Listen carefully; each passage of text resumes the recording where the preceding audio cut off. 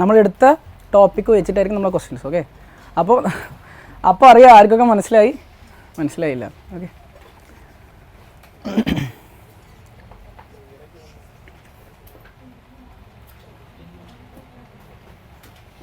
Okay ശരി തുടങ്ങാം. So we are going to discuss the basics of space technology. Because without basics ഞാൻ എന്ത് പറഞ്ഞിട്ടും കാര്യമില്ല. അപ്പോൾ ബേസിക്സ് എന്തൊക്കെയാണെന്നുള്ളത് മനസ്സിലാക്കുക. ഇതിൽ സയൻസ് ബാക്ക്ഗ്രൗണ്ടിൽ എത്ര പേരുണ്ട്? ബാക്ക്ഗ്രൗണ്ട് ഉള്ള എത്ര പേരുണ്ട്? ബാക്ക്ഗ്രൗണ്ട് അതായത് ഡിഗ്രി ലെവലിലൊക്കെ പഠിച്ചവർ കുറച്ച് പേരേ ഉള്ളൂ അല്ലേ. അപ്പോൾ ബാക്ക്ഗ്രൗണ്ട് ഇല്ലാത്തവർ ശ്രദ്ധിക്കുക. പറയുന്ന കാര്യങ്ങൾ മനസ്സിലായില്ലെങ്കിൽ ചോദിച്ച് മനസ്സിലാക്കിയിട്ടേ മുന്നോട്ട് പോവുള്ളൂ. നിങ്ങളെയാണ് ഞാൻ ഫോക്കസ് ചെയ്യുന്നത്. ഓക്കെ, അല്ലെങ്കിൽ എനിക്ക് ബേസിക്സ് എടുക്കേണ്ട ആവശ്യമില്ലല്ലോ. ശ്രദ്ധിക്കാം. So basics of space technology നമ്മൾ ആദ്യം ഫോക്കസ് ചെയ്യുന്നത് മോഷൻ എന്ന് പറയുന്ന ഏരിയയാണ്. മോഷൻ എന്ന് പറയുന്ന ഏരിയയാണ്. അത് കഴിഞ്ഞാൽ പിന്നെ നമ്മൾ എർത്ത് ആൻഡ് യൂണിവേഴ്സ് എന്ന് പറയുന്ന ഏരിയയിലേക്ക് എടുക്കും. Earth and universe. Okay, motion, earth and universe. ഈ ഏരിയയിലെ പ്രധാനപ്പെട്ട ചില കോൺസെപ്റ്റുകൾ മനസ്സിലാക്കുക എന്നുള്ളതാണ് ഇമ്പോർട്ടൻറ്റ്. അതിൽ മോഷനിൽ ആദ്യം നമ്മൾ പഠിക്കുന്നത് എന്താണ് വെക്റ്റർ ക്വാണ്ടിറ്റി, എന്താണ് സ്കെയിലാർ ക്വാണ്ടിറ്റി എന്നാണ്. Vector and scalar quantity. എന്താണ് വെക്റ്റർ ആൻഡ് സ്കെയിലാർ ക്വാണ്ടിറ്റി? മാഗ്നിറ്റ്യൂഡും ഡയറക്ഷനുമുള്ള ക്വാണ്ടിറ്റീസിനെ നമ്മൾ എന്ത് വിളിക്കുന്നത്? വെക്റ്റർ ക്വാണ്ടിറ്റീസ് എന്ന് വിളിക്കുന്നത് അല്ലേ. സോ വെക്റ്റർ ക്വാണ്ടിറ്റി ചേഞ്ച് ചെയ്യാൻ മാഗ്നിറ്റ്യൂഡ് തന്നെ ചേഞ്ച് ആവണമെന്നില്ല. എന്ത് ചേഞ്ച് ചെയ്താൽ മതി? ഡയറക്ഷൻ ചേഞ്ച് ചെയ്താലും മതി. ഐഡിയ ഉണ്ടല്ലോ? Yes, very good. Vector quantity and scalar quantity.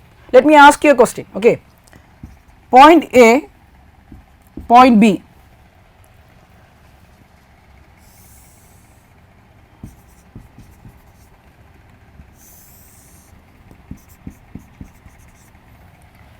എയിൽ നിന്ന് ബിയിലേക്കുള്ള ഡിസ്റ്റൻസ് എത്രയാണ്?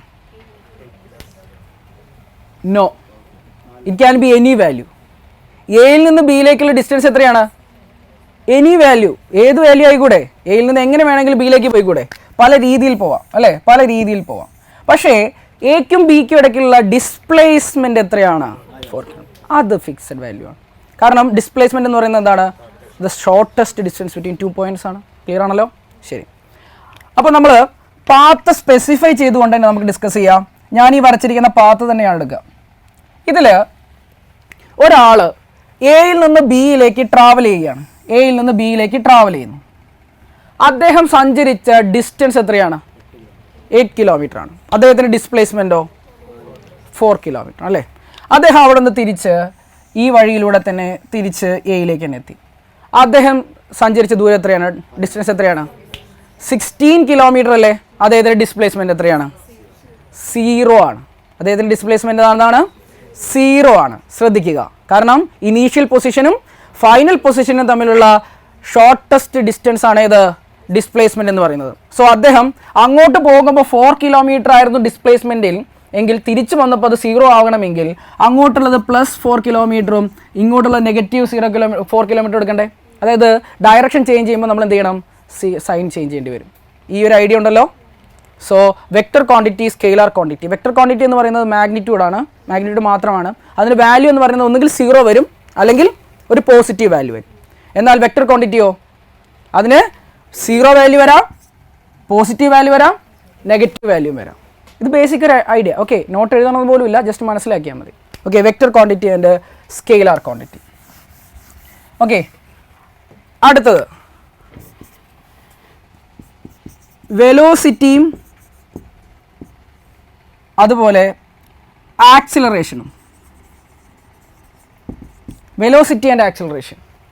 എന്താണ് വെലോസിറ്റി, എന്താണ് ആക്സിലറേഷൻ?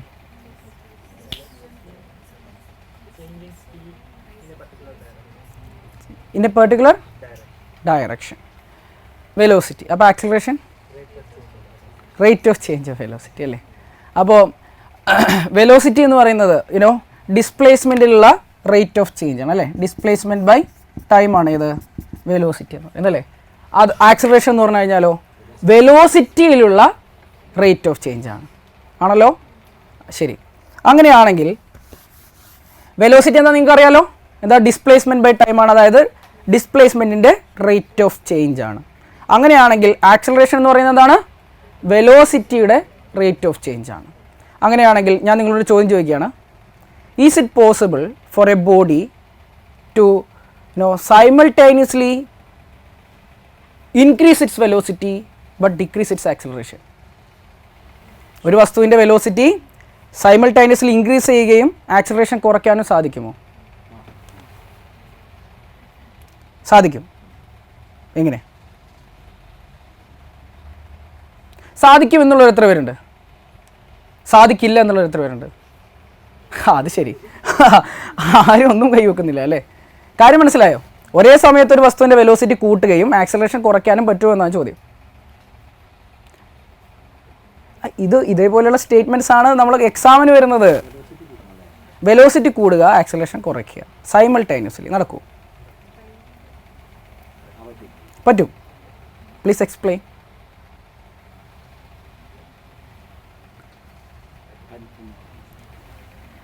കുഴപ്പമില്ല, ടച്ച് വിട്ട് പോയതല്ലേ. ഓക്കെ, നമുക്ക് വെലോസിറ്റി എന്താണെന്ന് അറിയാം അല്ലേ, ആക്സിലറേഷൻ എന്താണെന്ന് അറിയാം. പക്ഷേ ഇതുപോലൊരു ക്വസ്റ്റ്യൻ വന്നു കഴിഞ്ഞാൽ കൺഫ്യൂഷനായി. അപ്പോൾ ഇവിടെ നമ്മളെ സഹായിക്കുന്നത് എന്താ? കൺസെപ്ച്വൽ ക്ലാരിറ്റിയാണ്. ഓക്കെ, കൺസെപ്ച്വൽ ക്ലാരിറ്റിയാണ് നമ്മളോട് സഹായിക്കുന്നത്. ഇവിടെ ശ്രദ്ധിക്കാം, വെലോസിറ്റി എന്ന് പറയുന്നത് ഓക്കെ ഒരു പെർട്ടിക്കുലർ ടൈമിൽ വെലോസിറ്റി എന്ന് പറയുന്നത് v1 ആണെന്ന് വിചാരിക്കാം. നെക്സ്റ്റ് ടൈമിൽ അതെന്തായി മാറി? v2 ആയി മാറി എന്ന് വിചാരിക്കുക. അടുത്തത് v3 ആയി മാറി എന്ന് വിചാരിക്കുക. ഇവിടെ വെലോസിറ്റി എന്ത് ചെയ്തുകൊണ്ടിരിക്കുന്നുണ്ട്? ചേഞ്ച് ചെയ്തുകൊണ്ടിരിക്കുന്നില്ലേ? അവിടെ ആക്സലറേഷനും ഇല്ലേ? ആക്സലറേഷനുണ്ട്. ബട്ട് ഇവിടെ നിങ്ങളൊന്ന് ആലോചിച്ച് നോക്കുക, ഒരു സിറ്റുവേഷനിൽ വെലോസിറ്റി v1 ആണ്, നെക്സ്റ്റ് സെക്കൻഡിൽ അത് v2 ആയി, അടുത്തത് v3 ആയി, അടുത്തത് v4 ആയി. ഇവിടെ വെലോസിറ്റി ഇൻക്രീസ് ചെയ്തുകൊണ്ടിരിക്കുകയല്ലേ? പക്ഷേ ഇവിടെ ഇൻക്രീസ് ചെയ്ത റേറ്റ് ആണോ ഇവിടെ ഇൻക്രീസ് ചെയ്ത റേറ്റ്? റേറ്റ് ഓഫ് ചേഞ്ച് കുറഞ്ഞിട്ടില്ലേ? മനസ്സിലാവാത്ത ആരെങ്കിലും ഉണ്ടോ ക്ലാസ്സിൽ? ആക്സലറേഷൻ എന്ന് പറയുന്നത് എന്താണ്? വെലോസിറ്റി റേറ്റ് ഓഫ് ചേഞ്ച് അല്ലേ? ഇവിടെ റേറ്റ് ഓഫ് ചേഞ്ച് അല്ലേ കുറഞ്ഞത്? അത് എന്ന് വെച്ചിട്ട് അത് വെലോസിറ്റി കൂടിയില്ല എന്നല്ലല്ലോ അർത്ഥം വരുന്നത്. UPSC ഒരു സ്റ്റേറ്റ്മെൻ്റ് ആയിരുന്നു. മനസ്സിലായോ നിങ്ങൾക്ക്? ഇതുപോലെയുള്ള രീതിയിലുള്ള സ്റ്റേറ്റ്മെൻറ്റ്സ് പ്രതീക്ഷിക്കുക. വരുമോ വരാതിരിക്കുക പിന്നത്തെ കാര്യം. ഓക്കെ, ബേസിക് ആയുള്ള കാര്യങ്ങൾ മനസ്സിലാക്കുക. അതിൽ നിന്നുള്ള ക്വസ്റ്റ്യൻസ് വരികയാണെങ്കിൽ നിങ്ങൾക്ക് ഒന്നും കാണാതെ പഠിച്ച് പോയിട്ട് ചെയ്യാൻ പറ്റില്ല ഇങ്ങനത്തെ ക്വസ്റ്റ്യൻസ് ഒന്നും. കൺസെപ്റ്റ് ക്ലിയർ ആണെങ്കിലേ ചെയ്യാൻ പറ്റുള്ളൂ. Okay, velocity and acceleration. അപ്പോൾ ആക്സിലറേഷൻ സംഭവിക്കാൻ വേണ്ടിയിട്ട് വെലോസിറ്റിയിൽ എന്തൊക്കെ ചേഞ്ച് ചെയ്താൽ മതി? അതായത് വെലോസിറ്റിയുടെ ഒന്നുകിൽ ഡയറക്ഷൻ ചേഞ്ച് ചെയ്താൽ പോരെ അല്ലേ? അല്ലെങ്കിൽ എന്ത് ചേഞ്ച് ചെയ്താൽ മതി? മാഗ്നിറ്റ്യൂഡ് ചേഞ്ച് ചെയ്താൽ പോരെ? അല്ലെങ്കിൽ ഇത് രണ്ടും ചേഞ്ച് ചെയ്തൂടെ? ഇപ്പോഴൊക്കെ എന്ത് സംഭവിക്കാം? ആക്സിലറേഷൻ സംഭവിക്കില്ലേ? ഓക്കെ ആണോ? അതായത് ആക്സിലറേഷൻ സംഭവിക്കാൻ വെലോസിറ്റിയുടെ മാഗ്നിറ്റ്യൂഡ് തന്നെ ചേഞ്ച് ആവണമെന്നില്ല. എന്ത് ചേഞ്ച് ചെയ്താലും മതി? ഡയറക്ഷൻ ചേഞ്ച് ചെയ്താലും മതി. ഈ പോയിന്റ് നിങ്ങൾക്ക് കിട്ടിയോ? Yes, very good. ഓരോ കാര്യങ്ങൾ പറയുന്നതിന് അതിൻ്റെതായ പർപ്പസ് ഉണ്ട്. അതുകൊണ്ട് മനസ്സിലായി എന്ന് ഉറപ്പ് വരുത്തുക. സോ ആക്സിലറേഷൻ സംഭവിക്കാൻ എന്തിൻ്റെ ആവശ്യമില്ല? വെലോസിറ്റിയുടെ മാഗ്നിറ്റ്യൂഡ് തന്നെ ചേഞ്ച് ആവണമെന്നില്ല. എന്ത് ചെയ്താൽ മതി? ഡയറക്ഷൻ ചേഞ്ച് ചെയ്താൽ മതി. അതായത്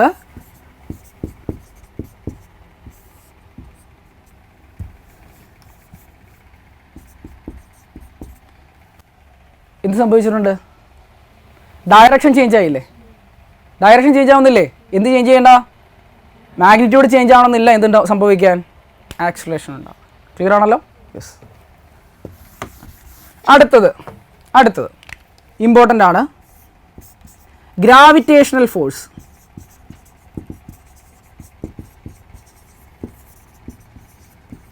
what do you understand by gravitational force? എന്താണ് ഗ്രാവിറ്റേഷണൽ ഫോഴ്സ്? എന്താണ്? Force of attraction between two bodies. എർത്തിൻ്റെ അട്രാക്ഷണൽ ഫോഴ്സ് അല്ലേ? പലരും പലതാണല്ലോ പറയുന്നത്. Okay, let me explain. You know magnetic force അല്ലേ? മാഗ്നറ്റിക് ഫോഴ്സ് അറിയാലോ. രണ്ട് വസ്തുക്കൾക്കിടയ്ക്ക് ഒരു മാഗ്നറ്റിക് ഫോഴ്സ് ഉണ്ടെന്ന് പറഞ്ഞു കഴിഞ്ഞാൽ അതിൻ്റെ അർത്ഥം ഒന്നുകിൽ അട്രാക്ട് ചെയ്യുക അല്ലെങ്കിൽ റിപ്പൽ ചെയ്യുക അല്ലേ? ഈ മാഗ്നറ്റിക് ഫോഴ്സ് ഉണ്ടാവാനുള്ള കാരണം എന്താ? ഈ രണ്ട് വസ്തുക്കൾക്കിടയ്ക്ക് എന്തുണ്ട്? മാഗ്നറ്റിക് പ്രോപ്പർട്ടി ഇല്ലേ? ഇതിന് രണ്ട് വസ്തുക്കൾക്ക് മാഗ്നറ്റിക് പ്രോപ്പർട്ടി ഇല്ലേ? അതുപോലെ രണ്ട് വസ്തുക്കൾക്കിടയ്ക്ക് ഫീൽ ചെയ്യുന്ന അട്രാക്ഷണൽ ഫോഴ്സ്. ആ അട്രാക്ഷണൽ ഫോഴ്സ്, ശ്രദ്ധിക്കുക, അട്രാക്ഷൻ ഫോഴ്സ് മാത്രമേ ഉള്ളൂ. അതിനുള്ള കാരണം എന്ന് പറയുന്നത് ഈ വസ്തുക്കൾക്കുള്ള ഒരു പ്രോപ്പർട്ടിയാണ്. ആ പ്രോപ്പർട്ടിയാണ് മാസ്. ഏതാണ്? മാസ്. അതായത് ഗ്രാവിറ്റേഷണൽ ഫോഴ്സ് എന്ന് പറയുന്നത് എന്താണ്? മാസ് ഉള്ള രണ്ട് വസ്തുക്കൾക്കിടയ്ക്ക് ഫീൽ ചെയ്യുന്ന അട്രാക്ഷണൽ ഫോഴ്സ്. അതാണ് ഏത്? Gravitational force. ക്ലിയർ ആയോ? എർത്തിന് മാസ് ഉണ്ട്, അതുകൊണ്ട് എർത്തും അട്രാക്ട് ചെയ്യുന്നുണ്ട് എന്ന് വെച്ചാൽ ഗ്രാവിറ്റേഷണൽ ഫോഴ്സ് എന്ന് പറയുന്നത് ജനറൽ ഡെഫിനിഷനിൽ അത് മാത്രമായിട്ട് ചുരുക്കരുത്. ഗ്രാവിറ്റേഷണൽ ഫോഴ്സ് എന്താണ്? It is the force of attraction between two objects having mass. Clear ആണോ? ശ്രദ്ധിക്കുന്നുണ്ടോ? So what is gravitational force? Force of attraction between two objects having mass. Two objects അല്ല, ഒബ്ജെക്ട്സ് ഹാവിങ് മാസ്. അതായത് mass എന്ന് പറയുന്ന പ്രോപ്പർട്ടിയുള്ള എല്ലാ വസ്തുക്കളും പരസ്പരം എന്ത് ചെയ്തുകൊണ്ടിരിക്കുന്നു? ആകർഷിക്കുന്നു. ഞാനും ഇതും തമ്മിൽ ആകർഷണമുണ്ട്, ഇതും തമ്മിൽ ആകർഷണമുണ്ട്. ഇതൊക്കെ എന്താണ്? ഗ്രാവിറ്റേഷണൽ ഫോഴ്സ് ആണ്. ക്ലിയർ ആണല്ലോ? ശരി. സോ ഗ്രാവിറ്റേഷണൽ ഫോഴ്സ് എന്ന് പറയുന്നത്, please write down. Okay, gravitational force എന്താണ്? ഇമ്പോർട്ടൻ്റ് ആയിട്ടുള്ള കൺസെപ്റ്റുകളിലേക്ക് കിടക്കുകയാണ്, അതുകൊണ്ടാണ്. Gravitational force. ഗ്രാവിറ്റേഷണൽ ഫോഴ്സ് എന്ന് പറയുന്നത് എന്താണ്? The force of attraction between objects having mass. Mass ഉള്ള വസ്തുക്കൾക്കിടയ്ക്കുള്ള അട്രാക്ഷണൽ ഫോഴ്സ് ആണ് ഗ്രാവിറ്റേഷണൽ ഫോഴ്സ്. സോ രണ്ട് മാസുള്ള വസ്തുക്കൾക്കിടയ്ക്ക് ഉണ്ടാകുന്ന അട്രാക്ഷണൽ ഫോഴ്സ് ആണ് ഏത്? Gravitational force. You know there is an equation called Gmm/r² എന്നൊക്കെ പറഞ്ഞിട്ട് വരും. Okay, gravitational force. അതിൽ നിങ്ങൾ എന്ത് ചെയ്യേണ്ട? അത്രയും ഡീറ്റെയിൽ ആയിട്ട് ആ ഇക്വേഷനെ കുറിച്ച് ബോധർ ചെയ്യേണ്ട കാര്യമില്ല. പക്ഷേ നിങ്ങളൊരു കാര്യം മനസ്സിലാക്കണം, ഗ്രാവിറ്റേഷണൽ ഫോഴ്സ് എന്ന് പറയുന്നത് directly proportional to mass. Okay, and inversely proportional to distance between them. അതായത് മാസ് കൂടുമ്പോൾ എന്ത് കൂടും? ഗ്രാവിറ്റേഷണൽ ഫോഴ്സിൻ്റെ അട്രാക്ഷൻ കൂടും. ഡിസ്റ്റൻസ് കൂടുമ്പോൾ എന്ത് കുറയും? ഗ്രാവിറ്റേഷണൽ ഫോഴ്സ് കുറയും. ആ കൺസെപ്റ്റ് കിട്ടിയോ? അതായത് മാസ് കൂടുമ്പോൾ ഇപ്പോഴുള്ള ഗ്രാവിറ്റേഷണൽ ഫോഴ്സ് ഓഫ് അട്രാക്ഷനേക്കാൾ, ഇവർ തമ്മിലുള്ള ഗ്രാവിറ്റേഷണൽ ഫോഴ്സ് ഓഫ് അട്രാക്ഷനേക്കാൾ കൂടുതലായിരിക്കും യുനോ മാസ് കൂടുതൽ. കാര്യം പിടിയിട്ടുന്നുണ്ടോ? മാസ് കൂടുന്നതിനനുസരിച്ച് എന്ത് കൂടും? ഗ്രാവിറ്റേഷണൽ ഫോഴ്സ് ഓഫ് അട്രാക്ഷൻ കൂടും. അതുപോലെ ഡിസ്റ്റൻസ് കൂടുന്നതിനനുസരിച്ചിട്ട് എന്ത് കുറയും? ഗ്രാവിറ്റേഷണൽ ഫോഴ്സ് ഓഫ് അട്രാക്ഷൻ കുറയും. കൺസെപ്റ്റ് കിട്ടുന്നുണ്ടോ? ഇത് വളരെ ഇമ്പോർട്ടൻ്റ് ആണ്. മാസ് കൂടുമ്പോൾ ഗ്രാവിറ്റേഷണൽ ഫോഴ്സ് കൂടുന്നു, ഡിസ്റ്റൻസ് കൂടുമ്പോൾ ഗ്രാവിറ്റേഷണൽ ഫോഴ്സ് കുറയുന്നു. ശ്രദ്ധിക്കുക, വളരെ ഇമ്പോർട്ടൻ്റ് ആണ് സ്പേസ് ടെക്നോളജിയിൽ പഠിക്കാനായിട്ട്. ഓക്കെ, ചിലപ്പോൾ ചോദിക്കാം ഡിസ്റ്റൻസ് ഡബിൾ ആക്കി, അപ്പോൾ ഗ്രാവിറ്റേഷണൽ ഫോഴ്സ് എത്രയായിട്ട് കുറയുമെന്ന് ചോദിക്കാം. അപ്പോൾ എത്രയായിട്ട് കുറയാം? ബൈ 4 ആയിട്ട് കുറയും അല്ലേ? കാരണം എന്താ? താഴെ r² അല്ലേ?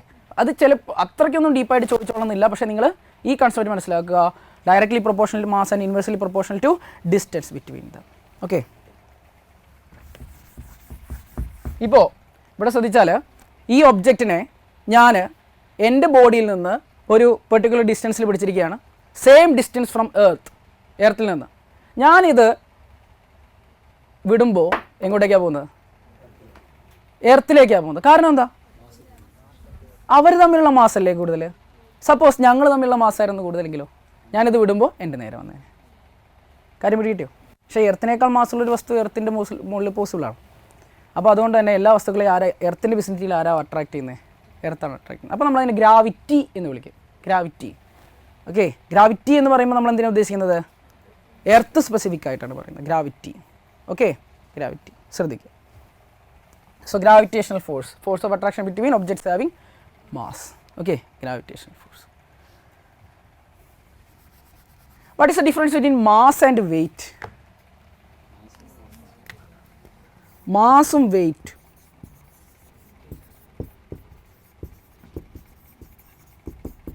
Mass and weight. വെയിറ്റിൽ mg വരും.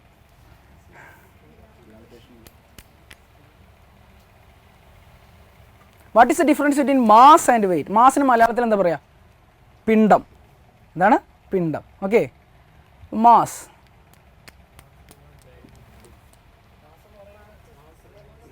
പ്ലീസ്.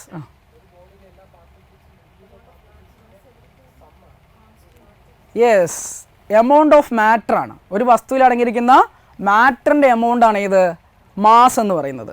അപ്പോൾ എന്താ വെയിറ്റ്? ആ മാസിനെ അട്രാക്ട് ചെയ്യുന്ന ഫോഴ്സ്. മാസ് തമ്മിൽ അട്രാക്ട് ചെയ്യില്ലേ? ആ ഫോഴ്സ് ആണ് ഇത് വെയിറ്റ്. മാസ് എന്ന് പറഞ്ഞാൽ എന്താണ്? Amount of matter in A substance അല്ലെങ്കിൽ ഒബ്ജക്റ്റ്. ഒരു ഒബ്ജക്റ്റിലുള്ള മാസിൻ്റെ എമൗണ്ട് ആണ് ഏത്, സോറി മാറ്ററിൻ്റെ എമൗണ്ട് ആണ് ഏത്, മാസ് എന്ന് പറയുന്നത്. അതിൻ്റെ യൂണിറ്റാണ് കിലോഗ്രാം. ഓക്കെ, അതിനെ അട്രാക്റ്റ് ചെയ്യുന്ന ഫോഴ്സ് ആണ് വെയിറ്റ്. അപ്പോൾ വെയിറ്റ് എന്താണ്, ഒരു ഫോഴ്സ് അല്ലേ. അപ്പോൾ വെയിറ്റിൻ്റെ യൂണിറ്റ് എന്താണ്, ന്യൂട്ടൺ ആണ്. വെയിറ്റിൻ്റെ യൂണിറ്റ് എന്താണ്, ന്യൂട്ടൺ ആണ്. ശ്രദ്ധിക്കുക, മാസ് എന്ന് പറയുന്നത് amount of matter in an object, weight എന്ന് പറയുന്നത് എന്താണ്, force with which it being attracted. Okay, അത് അട്രാക്ട് ചെയ്യപ്പെടുന്നത്. എർത്ത് അട്രാക്ട് ചെയ്യണമെങ്കിൽ എർത്തിലുള്ള വെയിറ്റ്. ഓക്കെ, മൂൺ അട്രാക്ട് ചെയ്യണമെങ്കിൽ മൂണിലുള്ള വെയിറ്റ്. അതായത് എർത്തിൽ നിന്ന് മൂണിലേക്ക് പോകുമ്പോൾ മാറ്റം സംഭവിക്കുന്നത് മാസിനാണോ വെയിറ്റിനാണോ, വെയിറ്റിനല്ലേ. കാരണം അട്രാക്ട് ചെയ്യുന്ന ഫോഴ്സ് അല്ലേ മാറുന്നത്. അതിനുള്ള കാരണം എന്താ, ആ ഫോഴ്സ് കുറയാനുള്ള കാരണം എന്താ, എർത്തും മൂണും കമ്പയർ ചെയ്യുമ്പോൾ 1/6 ആയിട്ട് കുറയും. ഓക്കെ, ക്ലിയർ ആണല്ലോ. യെസ്, അപ്പോൾ അങ്ങനത്തെ കാര്യങ്ങൾ ശ്രദ്ധിക്കുക. മാസ് അല്ല മാറുന്നത്, വെയിറ്റ് ആണ് ചേഞ്ച് ചെയ്യുന്നത്. പട്ടിണിക്കൊന്നും കിടന്നിട്ടില്ല കേട്ടോ നമ്മളൊക്കെ പോകുമ്പോൾ. ഓക്കെ, മാസ് ഓക്കെ, ശരി. So mass and weight okay അല്ലേ, ശരി. ഇതൊക്കെ ക്ലിയർ ആയിട്ട് മുന്നോട്ട് പോകാവൂ. എന്തെങ്കിലും ഡൗട്ട് ഉണ്ടെങ്കിൽ ചോദിക്കണം. അടുത്തത് നിങ്ങൾ ശ്രദ്ധിക്കുക, ഇത് നിങ്ങൾ ഒരു കാലത്ത് പഠിച്ചിട്ട് ഇതെങ്ങനെ പഠിക്കുക എന്നൊക്കെ ആലോചിച്ച് വിട്ട സാധനമായിരിക്കും. ന്യൂട്ടൻ്റെ ചലന നിയമങ്ങൾ. ഓക്കെ, ന്യൂട്ടൻ്റെ ലോസ് ഓഫ് മോഷൻ. ഓക്കെ, വളരെ സിമ്പിളാണത്, സിമ്പിളാണ്, ശ്രദ്ധിക്കുക. ഇതൊക്കെ അറിയണം എങ്കിലേ എനിക്ക് ഇത് മുന്നോട്ട് പോകാൻ പറ്റുള്ളൂ. അതുകൊണ്ടാണ് ലോസ് ഓഫ് മോഷൻ. ഓക്കെ, ന്യൂട്ടൻ്റെ ചലന നിയമങ്ങൾ എത്ര എണ്ണം ഉണ്ട്, 3 എണ്ണം ഉണ്ട് അല്ലേ. വളരെ ഉഷാറായിട്ടാണ് പറയുന്നത്. First law, second law, third law.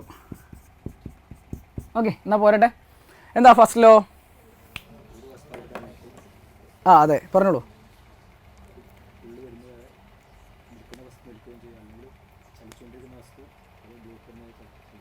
Very good, very good. വേറെ ആർക്കെങ്കിലും പറയാൻ പറ്റുമത്? എന്താണ് ഫസ്റ്റ് ലോ ഓഫ് മോഷൻ? ന്യൂട്ടൻ്റെ 1ാമത്തെ ചലന നിയമം. ഈശ്വര, ഇതൊക്കെ ഇപ്പോൾ പഠിക്കേണ്ടി വരും അല്ലേ. ചെറുതായിട്ട് അതിൻ്റെ കൺസെപ്റ്റ് മനസ്സിലാക്കിയാൽ മതി, ബൈ വേർഡ് മനസ്സിലാക്കേണ്ട. എന്താണ് ചലന നിയമം? എന്താണ്?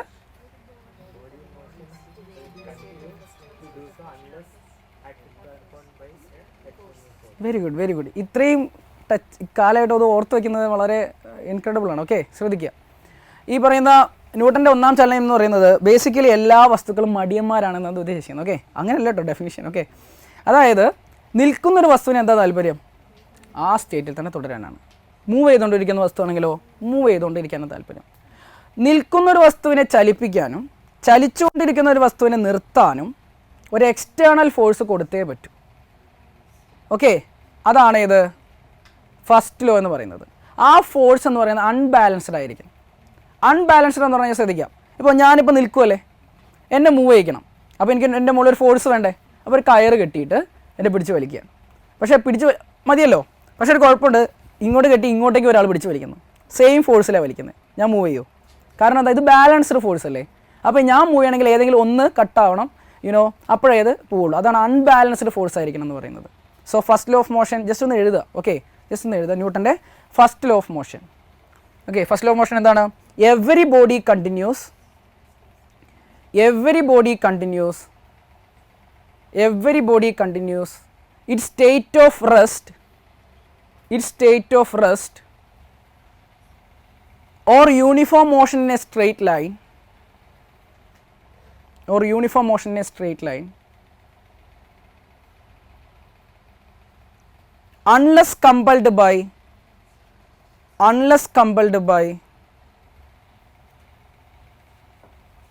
an external unbalanced force, an external unbalanced force. Okay, അപ്പോൾ നിങ്ങൾ വേർഡ് ബൈ വേർഡ് പഠിക്കേണ്ട. എന്താണ് കാര്യം പിടികിട്ടിയല്ലോ, അതുതന്നെയാണ് വലിയ കാര്യം. ഓക്കെ, സോ ഇതിനെയാണ് ലോ ഓഫ് ഇനേഷ്യ എന്ന് വിളിക്കാറ്. Law of ഇനേഷ്യ, ഇനേഷ്യ ജഡത്വം, ഇനേഷ്യ. എന്താ ഇനേഷ്യ? ഞാൻ നേരത്തെ പറഞ്ഞ മടി. എന്താ, എന്തിനുള്ള മടി? സ്റ്റേറ്റ് ഓഫ് റെസ്റ്റിൽ തന്നെ തുടരാനുള്ളൊരു ടെൻഡൻസി, അല്ലെങ്കിൽ മോഷനിൽ തന്നെ തുടരാനുള്ളൊരു ടെൻഡൻസി. അതിനെ എന്താ വിളിക്കുക? ഇനേഷ്യ എന്ന് വിളിക്കുക. ക്ലിയർ ആണല്ലോ. അതുകൊണ്ട് ഇതിനെ ലോ ഓഫ് ഇനേഷ്യ എന്ന് വിളിക്കും. The tendency of a body to continue it state of rest or the state of uniform motion, അതാണ് ഇത് ഇനേഷ്യ. ഇനേഷ്യ 3 തരത്തിലുണ്ട്. ഇനേഷ്യ ഏതാ? ഇനേഷ്യ ഏതൊക്കെയാ? ഇനേഷ്യ 3 തരത്തിൽ ഏതാ? ഇനേഷ്യ of rest, ഇനേഷ്യ of motion, ഇനേഷ്യ of direction. ഇനേഷ്യ of rest, ഇനേഷ്യ of motion and ഇനേഷ്യ of direction. Please tell me what is ഇനേഷ്യ of rest? നിങ്ങൾ എഴുതൊന്നും വേണ്ട, just മനസ്സിലാക്കി പറഞ്ഞാൽ മതി. എന്താ ഇനേഷ്യ ഓഫ് റെസ്റ്റ്? റെസ്റ്റിലുള്ളൊരു വസ്തുവിന് റെസ്റ്റിൽ തന്നെ തുടരാനുള്ള ടെൻഡൻസി. ഇതെപ്പോഴാണ് നമ്മൾ ഫീൽ ചെയ്യുന്നത്? ഒരു ബസ്സിൽ നമ്മൾ പോകുമ്പോൾ സീറ്റൊന്നും കിട്ടിയില്ല, നമ്മളിങ്ങനെ നിൽക്കുക അല്ലേ, പെട്ടെന്ന് ബസ് എന്ത് ചെയ്യുന്നു? ഫ്രണ്ടിലേക്ക് എടുക്കും, നമ്മൾ എന്ത് ചെയ്യും? ബാക്കിലേക്ക് പോകും അല്ലേ. കാരണം എന്താ? നമ്മുടെ ശരീരത്തിന് എന്താ ടെൻഡൻസി? അവിടെ തന്നെ തുടരാനാണ് ടെൻഡൻസി. ഇനേഷ്യ of rest. എന്താ ഇനേഷ്യ ഓഫ് മോഷൻ? ചലിക്കുന്നൊരു വസ്തുവിന് ആ സ്റ്റേറ്റിൽ തന്നെ തുടരാനുള്ള ടെൻഡൻസി. ഇതേ സെയിം ആ ബസ്, ഞാൻ നിൽക്കുന്നു, ബസ് ഈ നിൽക്കുന്നൊരു ബസ് എന്ത് ചെയ്യുന്നു? പെട്ടെന്ന് യെസ്, എന്താണ്? ഇനേഷ്യ ഓഫ് മോഷൻ അല്ലേ. അപ്പോൾ ഓടിക്കൊണ്ടിരിക്കുന്ന ഒരു ബസ് പെട്ടെന്ന് സ്റ്റോപ്പ് ചെയ്യുന്നു, അപ്പോൾ നമ്മളെല്ലാവരും കൂടി ഫ്രണ്ടിലോട്ട് പോകും അല്ലേ. കാരണം എന്താ? നമ്മൾ ബോഡിക്ക് എന്താ താല്പര്യം? അങ്ങനെ പോകാനാണ് താല്പര്യം. ഇനേഷ്യ of motion. Then what is ഇനേഷ്യ of direction? Direction change ചെയ്യാതിരിക്കാനുള്ള tendency അല്ലേ, ചേഞ്ച് ചെയ്യാതിരിക്കാനാണ്. അപ്പോൾ സെയിം ബസ് നിൽക്കുന്നു, ബസ് പോകുന്നു, പെട്ടെന്ന് അങ്ങ് ടേൺ ചെയ്യുന്നു, നമ്മളെല്ലാവരും കൂടി സൈഡിലേക്ക് പോകുന്നു അല്ലേ. കാരണം എന്താ? നമ്മൾ ബോഡി അത്ര പെട്ടെന്ന് എന്ത് ചെയ്യില്ല, ഡയറക്ഷൻ ചേഞ്ച് ചെയ്യില്ല. അപ്പോൾ നമുക്ക് എന്ത് ചെയ്യണം? ഒരു ഫോഴ്സ് കൊടുത്തിട്ട് വേണം എന്ത് ചെയ്യാൻ? ഡയറക്ഷൻ ചേഞ്ച് ചെയ്യാൻ. കാര്യം പിടിയിട്ടുന്നുണ്ടോ? So ഇനേഷ്യ of rest, ഇനേഷ്യ of motion and ഇനേഷ്യ of direction. Clear അല്ലേ? ഓക്കെ, മനസ്സിലായല്ലോ അല്ലേ? മനസ്സിലാവണം. Okay, ഇനേഷ്യ of rest, motion and direction. So first law of motion. അടുത്ത പോരട്ടെ, second law of motion. Equation എനിക്ക് ആവശ്യമില്ല, വേണം അതങ്ങനെയല്ല, കൺസെപ്റ്റാണ് നമുക്ക് ആവശ്യം. ഈ ഇക്വേഷൻ വെച്ചുകൊണ്ട് നമുക്കൊരു ക്വസ്റ്റ്യൻ വന്നു കഴിഞ്ഞാൽ നമ്മൾ എന്ത് ചെയ്യും അല്ലേ? എന്താണ് സെക്കൻഡ് ലോ ഓഫ് മോഷൻ? ന്യൂട്ടൻ്റെ. സിമ്പിളായിട്ടല്ലേ നമ്മൾ പറയുന്നത്? അതേപോലെ സിമ്പിളായിട്ട് പറയും.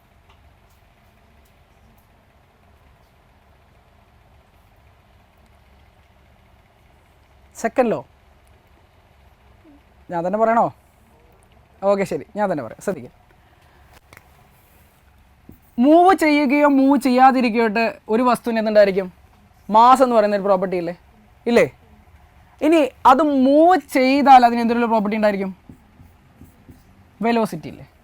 മൂവ് ചെയ്യുകയോ ചെയ്യാതിരിക്കട്ടെ അതിന് മാസ് ഉണ്ട്, മൂവ് ചെയ്താൽ വെലോസിറ്റി ഉണ്ട് അല്ലേ. പക്ഷേ റെസ്റ്റിലുള്ള ഒരു വസ്തു മൂവ് ചെയ്യണമെങ്കിൽ നിങ്ങളിപ്പോൾ പഠിച്ചിട്ടുള്ളൂ എന്താ ആവശ്യമുണ്ട്?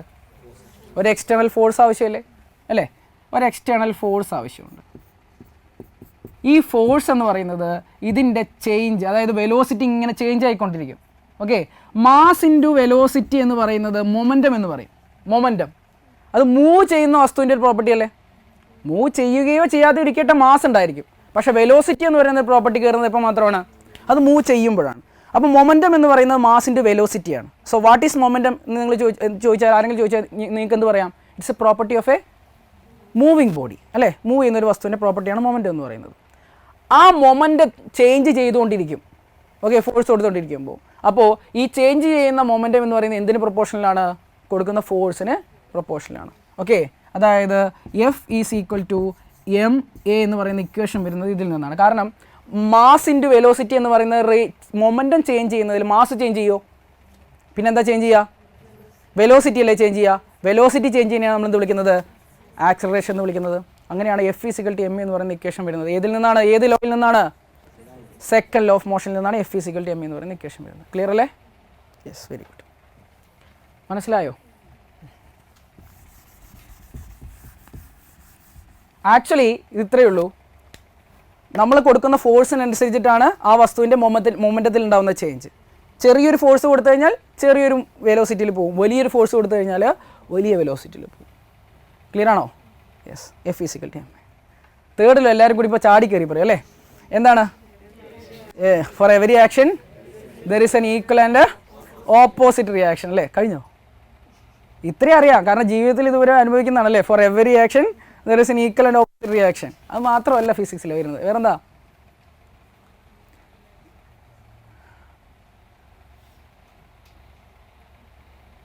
For every action there is an equal and opposite reaction and both acts on different bodies. അതായത് എൻ്റെ ആക്ഷൻ ഈ ബോർഡിൻ്റെ മുകളിലാണെങ്കിൽ അതിന് ഈക്വൽ ആൻഡ് ഓപ്പോസിറ്റ് ആയിട്ടുള്ള ഒരു റിയാക്ഷൻ ഉണ്ടാകും, പക്ഷേ അതെൻ്റെ കയ്യിൻ്റെ മുകളിലായിരിക്കും. ആക്ഷൻ ബോർഡിൻ്റെ മുകളിൽ, റിയാക്ഷൻ എൻ്റെ കയ്യിൻ്റെ മുകളിൽ. ഓക്കെ, നീന്തുകയാണെങ്കിലോ ആക്ഷൻ വെള്ളത്തിൻ്റെ മുകളിൽ, റിയാക്ഷൻ എൻ്റെ ബോഡിയിൽ. For every action there is an equal and opposite reaction and both acts on different bodies. അതാണ് തേർഡ് ലോ. ഓക്കെ ആണോ? എനിക്ക് അതും കൂടി എഴുതിക്കേ. അല്ല, ഒരു മിനിറ്റ്, സെക്കൻഡ് ലോ എഴുതിയില്ലല്ലോ നമ്മൾ. ഓക്കെ, പറയണ്ടേ, സെക്കൻഡ് ലോ എഴുതും. സെക്കൻഡ് ലോ എന്താണ്? Rate of change of momentum of a body. Second law ന്യൂട്ടൻ്റെ second law. Rate of change of momentum of a body is directly proportional to applied force. Rate of change of momentum of a body is directly proportional to applied force. അതാണ് second law of motion. അതിൽ നിന്നാണ് F=ma എന്ന് പറയുന്ന equation വരുന്നത്. Okay, mention ചെയ്യുക. Third law നിങ്ങൾക്ക് സ്വന്തമായിട്ട് എഴുതാമെന്നാണ് എൻ്റെ ഒരു വിശ്വാസം. തേർഡ് ലോ എന്താണ്? For every action there is an equal and opposite reaction and both acts on different bodies. For every action there is an equal and opposite reaction and both acts on different bodies. ചിലർ ഭയങ്കര serious ആണല്ലോ ക്ലാസ്സിൽ, മനസ്സിലാവുന്നില്ലേ? അവിടെ okay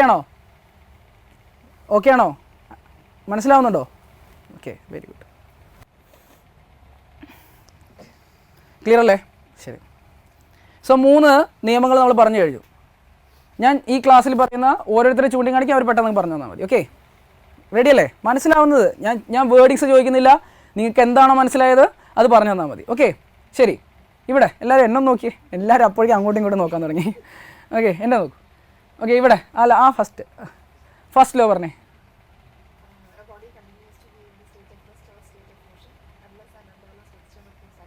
very good. അവിടെ ബാക്കിൽ second law പറഞ്ഞേ.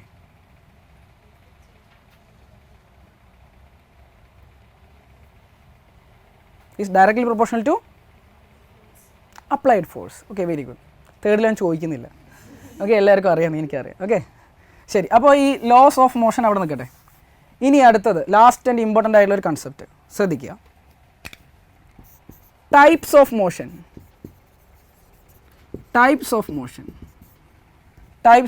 Okay, ഈ മോഷന് different types. ഇത് വളരെ സിമ്പിളാണ്, ശ്രദ്ധിക്കുക. 1 ഡയമെൻഷണൽ, 2 ഡയമെൻഷണൽ, 3 ഡയമെൻഷണൽ. ഇത് പറയാതിരിക്കാൻ നിവൃത്തിയില്ല. Okay, 1 dimensional, 2 dimensional and 3 dimensional. Basics ആണല്ലോ അല്ലേ? ബേസിക്സ് ആണ്. 1 ഡയമെൻഷണൽ, 2 ഡയമെൻഷണൽ, 3 ഡയമെൻഷണൽ. എന്താണ് 1 dimensional motion? Motion in A straight line. മോഷൻ ഇൻ എ സ്ട്രെയിറ്റ് ലൈനാണ് 1 dimensional motion. What is 2 dimensional motion? Motion in a plane. What is 3 dimensional motion? Motion in a space.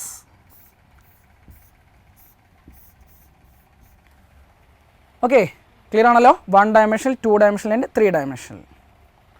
പറയുന്ന കാര്യങ്ങൾ വ്യക്തമാവുന്നുണ്ടെന്ന് ഞാൻ വിചാരിക്കുന്നു. ഈ 2 ഡയമെൻഷണൽ മോഷനെ നമ്മളുടെ ഈ സിലബസിന് വേണ്ടിയിട്ട്, ഓക്കെ, സിലബസ് പ്രകാരം ഞാൻ ഈ 2 ഡയമെൻഷണൽ മോഷൻ 2 ഉണ്ട്, ടൈപ്പായിട്ട് തിരിക്കാം. ഒന്ന് സർക്കുലർ മോഷൻ, വേറൊന്ന് പ്രൊജക്റ്റൈൽ മോഷൻ.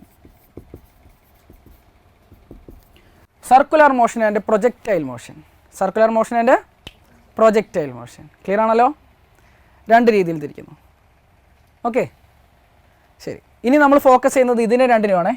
ഇത് എഴുതിയല്ലോ അല്ലേ? ശരി.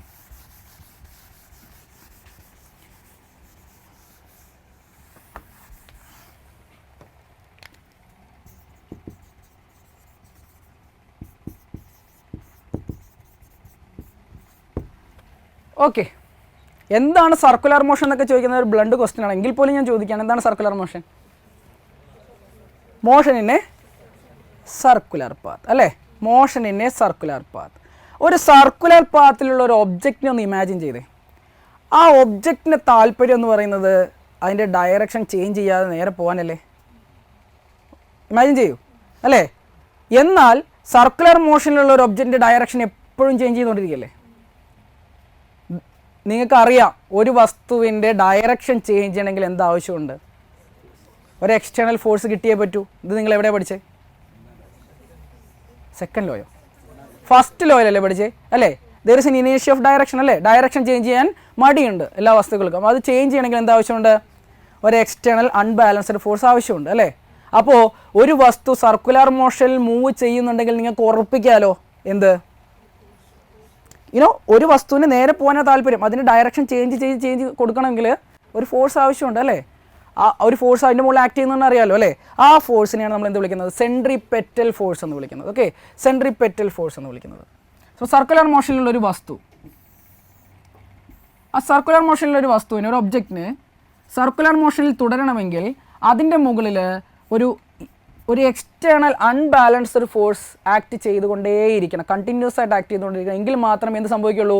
നേരെ പോകാൻ താല്പര്യമുള്ള ഈ ഒബ്ജക്റ്റ് സർക്കുലർ മോഷനിലേക്ക് വരികയുള്ളൂ. കാരണം കണ്ടിന്യൂസ് ആയി ഡയറക്ഷൻ ചേഞ്ച് ചെയ്തുകൊണ്ടിരിക്കുകയല്ലേ.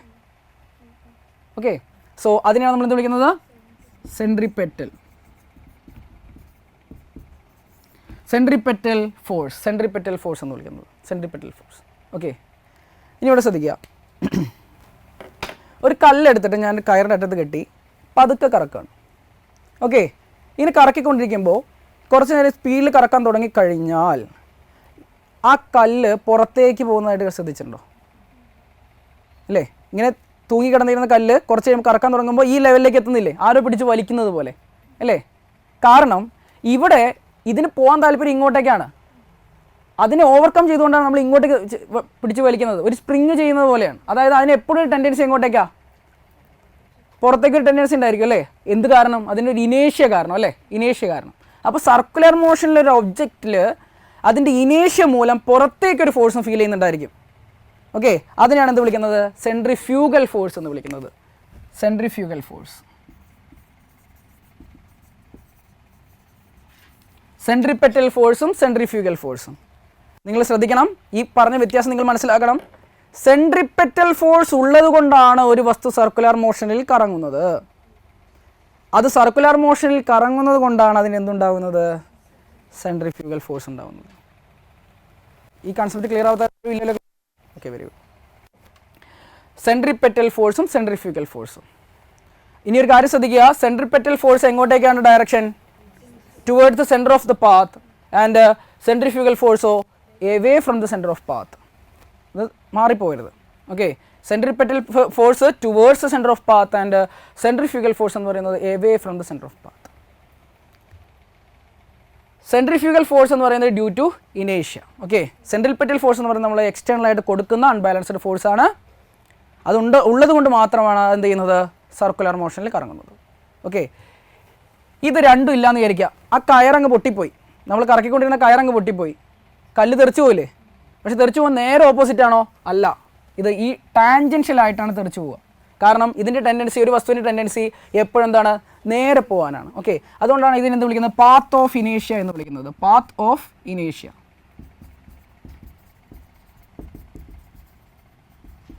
പാത്ത് ഓഫ് ഇനേഷ്യ എന്ന് വിളിക്കുന്നത്. ഓക്കെ, പാത്ത് ഓഫ് ഇനേഷ്യ. എന്താണ് പാത്ത് ഓഫ് ഇനേഷ്യ എന്ന് പറയുന്നത്? If there is no centripetal force, ആ ഒബ്ജക്റ്റ് ഏത് വഴിയാണ് പോവുക? ഏത് ഡയറക്ഷനിലാണ് പോവുക? ഇനേഷ്യയിൽ വേണം പോവുക. ഓക്കെ അല്ലേ? ശരി, ഈ കൺസെപ്റ്റ് ഓർത്ത് വയ്ക്കുക. Centripetal force, centrifugal force, path of ഇനേഷ്യ. ഇനി ഞാൻ നിങ്ങളോട് ചോദ്യം ചോദിക്കുകയാണ്. What will happen if the centrifugal force is greater than centripetal force? ഒരു കല്ല് കയറ് കെട്ടി കറക്കുന്നതായിട്ട് ആലോചിച്ചാൽ മതി. What will happen if the centrifugal force is greater than centripetal force? എന്ത് സംഭവിക്കും? യെസ്, അത് സർക്കുലർ പാത്തിലൊന്നും പിന്നെ പൂല പൊട്ടി നേരെ തെറിച്ചു പോകും അല്ലേ. What will happen if the centripetal force is greater than centrifugal force? ഈ കല്ലിങ്ങനെ കറക്കിക്കൊണ്ടിരിക്കുകയായിരുന്നെങ്കിൽ സെൻട്രിഫ്യൂഗൽ ഫോഴ്സ് എന്തിനേക്കാൾ കൂടി, സെൻട്രിപെറ്റൽ ഫോഴ്സ് എന്തിനേക്കാൾ കൂടി? സെൻട്രിഫ്യൂഗൽ ഫോഴ്സിനേക്കാൾ കൂടി. എന്താ സംഭവിക്കുക? അതിന് പിന്നെ സർക്കുലർ പാത്തിൽ തുടരാൻ സാധിക്കുമോ? ഇല്ല, അത് ഇവിടെ ഒന്ന് മുട്ടി നിൽക്കും അല്ലേ. അത് കല്ല് കറക്കുകയാണെങ്കിൽ അല്ലേ, ഇങ്ങോട്ടല്ലേ ഫോഴ്സ് വരുന്നത്. അതായത് ഒരു വസ്തു സർക്കുലർ പാത്തിൽ തുടരണമെങ്കിൽ ഏത് രണ്ട് ഫോഴ്സും ബാലൻസ്ഡ് ആയേ പറ്റൂ? സെൻട്രിപെറ്റൽ ഫോഴ്സും സെൻട്രിഫ്യൂഗൽ ഫോഴ്സും ബാലൻസ്ഡ് ആയേ പറ്റൂ. ഓക്കെ ആണോ? അതിൻ്റെ മുകളിൽ നെറ്റ് ഫോഴ്സ് ഇല്ല. കാരണം ഒരു ഫോഴ്സ് അങ്ങോട്ടേക്കോ ഒരു ഫോഴ്സ് ഇങ്ങോട്ടേക്കോ അല്ലേ, അത് രണ്ടും ബാലൻസ്ഡ് ആയില്ലേ പിന്നെ. Okay, so in order, if a body need to continue in a circular path, both the centrifugal force and centripetal force need to be balanced. രണ്ടും ബാലൻസിലായാൽ മാത്രമേ ഒരു വസ്തുവിന് സർക്കുലർ പാത്തിൽ തുടരാൻ സാധിക്കൂ. അല്ലെങ്കിൽ ഒന്നുകിൽ പുറത്തേക്ക് പോകും അല്ലെങ്കിൽ ഉള്ളിലോട്ട് വരും. എന്തായാലും അതിന് സർക്കുലർ പാത്തിൽ തുടരാൻ സാധിക്കില്ല.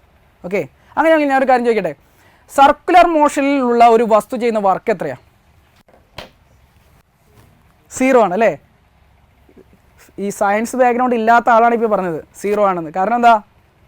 ഫോഴ്സ് 0 അല്ലേ? ഫോഴ്സ് 0 ആണ്. ഫോഴ്സ് 0 ആണെങ്കിൽ വർക്ക് 0 ആണ്. ഓക്കെ, കാരണം ഫോഴ്സ് എന്താണ്? ബാലൻസ്ഡ് ആയി പോയില്ലേ? ശ്രദ്ധിക്കുക.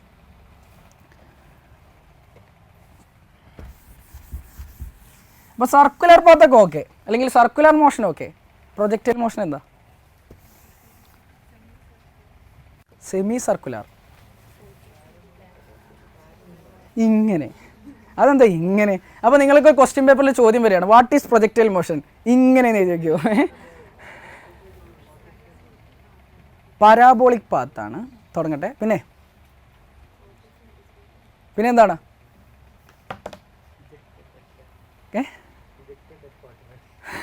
Ejected 45 degree. 45 ഡിഗ്രികളല്ലാത്ത ഒന്നും പ്രൊജക്റ്റൈലല്ല.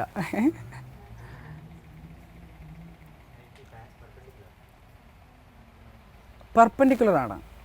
ഓക്കെ, പരാബോളിക് ആണ്, പെർപെൻഡിക്കുലർ ആണ്. പിന്നെ ഇൻഫ്ലുവൻസ് ബൈ ഗ്രാവിറ്റി. ഞാൻ ഇതെല്ലാം കൂടി കമ്പൈൻ ചെയ്ത് പറയട്ടെ. അപ്പോൾ എന്തായി മാറിയത്? അപ്പോൾ പ്രൊജക്റ്റൈൽ മോഷനായി. സംഭവം ശ്രദ്ധിക്കാം. പ്രൊജക്റ്റൈൽ മോഷൻ, സർക്കുലർ മോഷൻ എന്ന് പറയുന്നത് ഈ പ്ലെയിനിലും കറങ്ങാം, ഈ പ്ലെയിനിലൊക്കെ കറങ്ങാം അല്ലേ? സർക്കുലർ മോഷൻ അല്ലേ? അതിന് പ്ലെയിൻ സ്പെസിഫിക് ഒന്നുമല്ല. പക്ഷേ പ്രൊജക്റ്റൈൽ മോഷൻ അങ്ങനെയല്ല. പ്രൊജക്റ്റൈൽ മോഷൻ എന്ന് പറയുന്നത് ഒരു പെർപെൻഡിക്കുലർ പ്ലെയിനിലുള്ള മോഷനാണ്. എന്താണ്? It's a 2 dimensional motion. Okay, 2 dimensional മോഷനാണ്.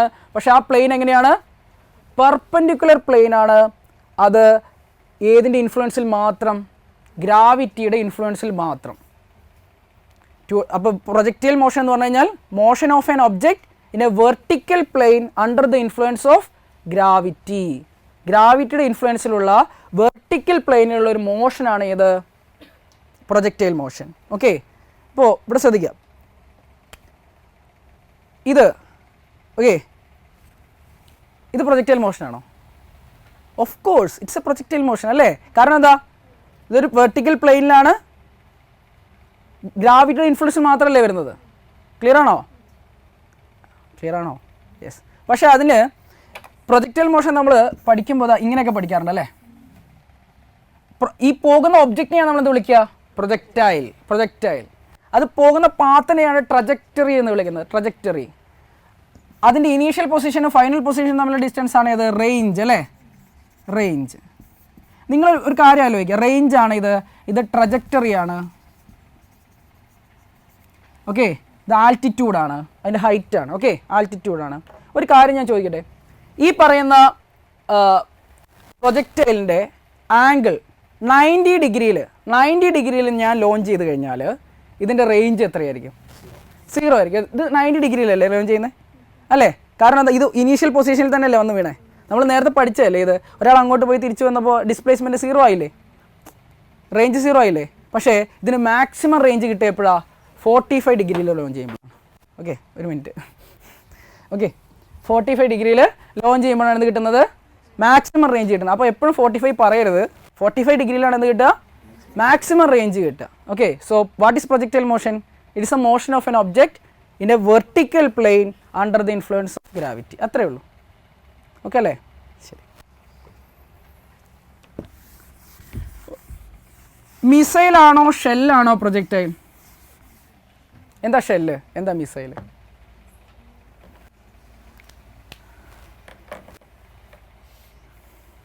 അതിർത്തിയിൽ ഷെല്ലാക്രമണം രൂക്ഷം എന്നൊക്കെ കേട്ടിട്ടുണ്ടോ? എന്താ ഷെല്ല്? ഷെല്ല് കുറേ പൊട്ടിത്തെറിച്ചു പോകും. മിസൈൽ പൊട്ടിത്തെറിക്കില്ലേ?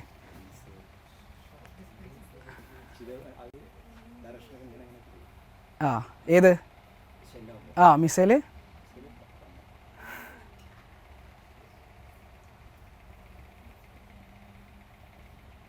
ഇതിലേതാ പ്രൊജക്റ്റൈൽ? മിസൈലാണ് പ്രൊജക്റ്റൈൽ, ഷെല്ല് പ്രൊജക്റ്റൈൽ അല്ല അല്ലേ?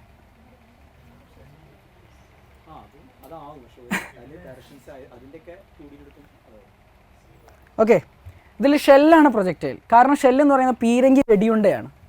പീരങ്കിയുടെ വെടിയുണ്ടയാണ് ഷെല്ലെന്ന് പറയുന്നത് അല്ലേ. അപ്പോൾ ആർട്ടിലറി ഗൺ എന്നൊക്കെ പറയില്ലേ, അതിൻ്റെ അകത്തുനിന്ന് വരുന്നതാണ്. അപ്പോൾ അതിന് ഈ നമ്മൾ ഫുട്ബോളൊക്കെ തട്ടില്ലേ, ഫുട്ബോൾ കിക്ക് ചെയ്യുന്നില്ലേ, അത് പ്രൊജക്റ്റൈലാണ്. ഫുട്ബോൾ ഒരു പ്രൊജക്റ്റൈലാണ്, എന്തെടുത്ത് എറിഞ്ഞാലും പ്രൊജക്റ്റൈലാണ്. കാരണം അത് പിന്നെ 2 ഡയമെൻഷണൽ പ്ലെയിനിലാണ്, ഗ്രാവിറ്ററി ഇൻഫ്ലുവൻസിലാണ് അല്ലേ. പക്ഷേ മിസൈൽ അങ്ങനെയാണോ? മിസൈലിൻ്റെ മൂട്ടിൽ തീയില്ലേ, മനസ്സിലാവുന്നുണ്ടോ? ഇറ്റ്സ് ഓൾവേസ് പ്രൊപ്പൽഡ് അല്ലേ, ഇത് പ്രൊപ്പൽഡ് മോഷൻ അല്ലേ മിസൈൽ എന്ന് പറയുന്നത് അല്ലേ. അപ്പോൾ അതിന് നമുക്ക് എന്തായിട്ട് കൂട്ടാൻ പറ്റില്ല, പ്രൊജക്റ്റൈൽ കൂട്ടാൻ പറ്റില്ല. ഇത് ഗ്രാവിറ്റിയുടെ ഫോഴ്സ് മാത്രമേ ഉള്ളൂ അല്ല. പക്ഷേ ഈ പറയുന്ന ഷെല്ലോ, പീരങ്കിൽ നിന്ന് വരുന്ന ഷെല്ല്, അത് പ്രൊജക്റ്റൈൽ അല്ലേ. കൺസെപ്റ്റ് കിട്ടിയോ നിങ്ങൾക്ക്, ഷെല്ലും പ്രൊജക്റ്റൈലും? ഓക്കെ, ശരി. ഡിഫെൻസിലൊക്കെ വളരെ ഇമ്പോർട്ടൻ്റ് ആണ്, ഞാൻ പറയാം. Okay, shell. സോ ഇത്രയും കാര്യങ്ങളാണ് വരുന്നത്. ഓക്കെ, ഇത്രയും കാര്യങ്ങളാണ് ബേസിക്കിൽ വരുന്നത്. Different type projectile motion, circular motion, കാര്യങ്ങളൊക്കെ പറഞ്ഞല്ലോ. നമ്മൾ ആദ്യം എന്താ പറഞ്ഞേ, വെക്റ്റർ ക്വാണ്ടിറ്റി, സ്കെയിലർ ക്വാണ്ടിറ്റി അറിയാലോ, വ്യത്യാസം അറിയാലോ. അതുപോലെ വെലോസിറ്റി, ആക്സലറേഷൻ. ആക്സലറേഷൻ എങ്ങനെയാണ് വരുന്നത്? കാരണം വെലോസിറ്റിയിലെ 3 കാര്യങ്ങളിലൂടെ ആക്സലറേഷൻ സംഭവിക്കാം. Even with only direction change എന്ത് സംഭവിക്കാം, ആക്സലറേഷൻ സംഭവിക്കാം. ഇങ്ങനത്തെ കാര്യങ്ങളൊക്കെ പറഞ്ഞില്ലേ. യെസ്. പിന്നെ ഗ്രാവിറ്റേഷണൽ ഫോഴ്സ് പറഞ്ഞു. എന്താണ് ഗ്രാവിറ്റി എന്ന് പറഞ്ഞു? Gravity is directly proportional to mass, inversely proportional to gravitational force അല്ലേ. ഡിസ്റ്റൻസ് ബിറ്റ്വീൻ ദം, കാര്യങ്ങളൊക്കെ പറഞ്ഞു അല്ലേ. ശരി. സോ ഇത്രയും കാര്യങ്ങളാണ് വരുന്നത്. ശരി, ഓക്കെ. അടുത്ത എർത്ത് ആൻഡ് യൂണിവേഴ്സ് എന്ന് പറയുന്ന ഏരിയയാണ്. എർത്ത് ആൻഡ് യൂണിവേഴ്സ് എന്ന് പറയുന്ന area. Okay, earth and universe എന്ന് പറയുന്ന ഏരിയ. നമ്മൾ സോളാർ സിസ്റ്റമാണ് ഈ കാണുന്നത് അല്ലേ, സോളാർ സിസ്റ്റം. ഈ സോളാർ സിസ്റ്റത്തിൽ ഇപ്പോൾ 8 പ്ലാനറ്റുകളുണ്ട് അല്ലേ. Mercury, Venus, Earth, Mars, Jupiter, Saturn, Uranus, Neptune. Okay, ഇതിലുണ്ട്.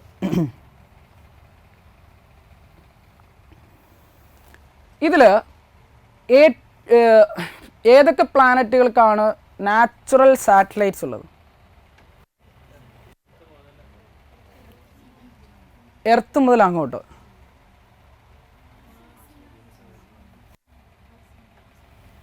എക്സാക്ട്ലി. എന്താണ്? മെർക്കുറി, വീനസ് ഒഴികെ ബാക്കിയുള്ള 6 പ്ലാനറ്റുകൾക്ക് എന്തുണ്ട്? നാച്ചുറൽ സാറ്റലൈറ്റ്സ് ഉണ്ട്. നാച്ചുറൽ സാറ്റലൈറ്റ്സ്, സാറ്റലൈറ്റ് എന്ന് പറഞ്ഞാൽ എന്താ? ചുറ്റിക്കൊണ്ടിരിക്കുക, റിവോൾവ് ചെയ്തുകൊണ്ടിരിക്കുക അല്ലേ, റിവോൾവ് ചെയ്തുകൊണ്ടിരിക്കുക പ്ലാനറ്റ്. സോ ഈ പറയുന്ന 6 പ്ലാനറ്റുകൾക്ക്, ആ 6 പ്ലാനറ്റുകളുടെ പേരെന്ന് പറഞ്ഞേ. Earth, Mars, Jupiter, Saturn, Uranus, Neptune. ഇത്രയും ഇത് പ്ലാനറ്റുകൾക്ക് നാച്ചുറൽ സാറ്റലൈറ്റ്സ് ഉണ്ട്. മോർ ദാൻ 150 നാച്ചുറൽ സാറ്റലൈറ്റ്സ് ഈ പറയുന്ന 6 പ്ലാനറ്റുകൾക്കായിട്ടുണ്ട്. പ്ലാനറ്ററി സാറ്റലൈറ്റ് സിസ്റ്റം എന്ന് പറയും. അതായത് സോളർ സിസ്റ്റത്തിൽ 6 പ്ലാനറ്ററി സാറ്റലൈറ്റ് സിസ്റ്റം ഉണ്ട്. ഇതിൽ ഏറ്റവും കൂടുതൽ നാച്ചുറൽ സാറ്റലൈറ്റ് ഉള്ള പ്ലാനറ്റ് ഏതാണ്? സാറ്റേൺ ആണ്. അതൊരു ചോദ്യമായിട്ട് വരാൻ ചാൻസ് ഉണ്ട്. ഇപ്പോൾ അത് 82ആണ്. 82ആണ്. 2ാം സ്ഥാനത്തുള്ള ജൂപ്പിറ്ററിന് ഇപ്പോൾ 79 നാച്ചുറൽ സാറ്റലൈറ്റ്സ് ഉണ്ട്. എർത്തിന് 1ആണ്, മാർസിന് 2ആണ്. ഓക്കെ, എർത്തിന് ഒരു നാച്ചുറൽ സാറ്റലൈറ്റ് ആണുള്ളത്, മൂൺ, നമ്മൾ മൂൺ എന്ന് പറയുന്നത് അല്ലേ. മാർസിന് 2, ഫോബോസ് ആൻഡ് ഡെയ്മോസ്. ഫോബോസും ഡെയ്മോസും. ജൂപ്പിറ്ററിന് ഇപ്പോൾ 79, Saturn 82.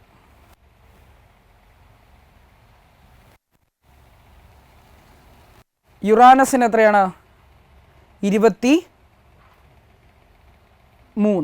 23.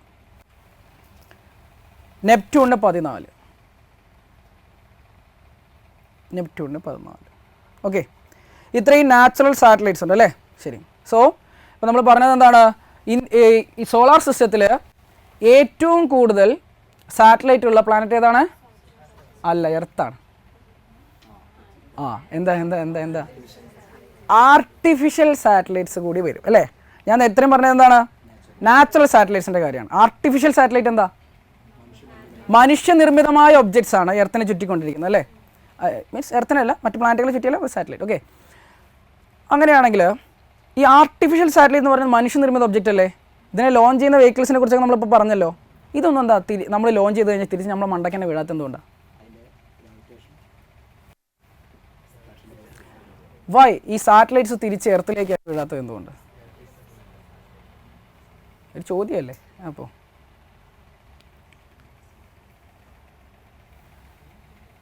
More than 9,000 artificial satellites ഇപ്പോൾ എർത്തിനെ ചുറ്റിക്കൊണ്ടിരിക്കുന്നുണ്ട്. More than 9,000.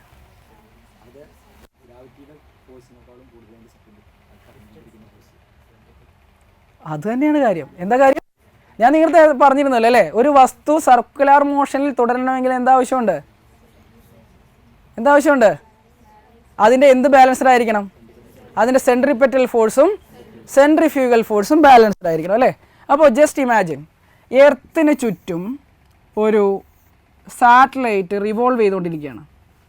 അങ്ങനെ റിവോൾവ് ചെയ്യണമെങ്കിൽ, ഒരു പാത്തിൽ റിവോൾവ് ചെയ്യണമെങ്കിൽ,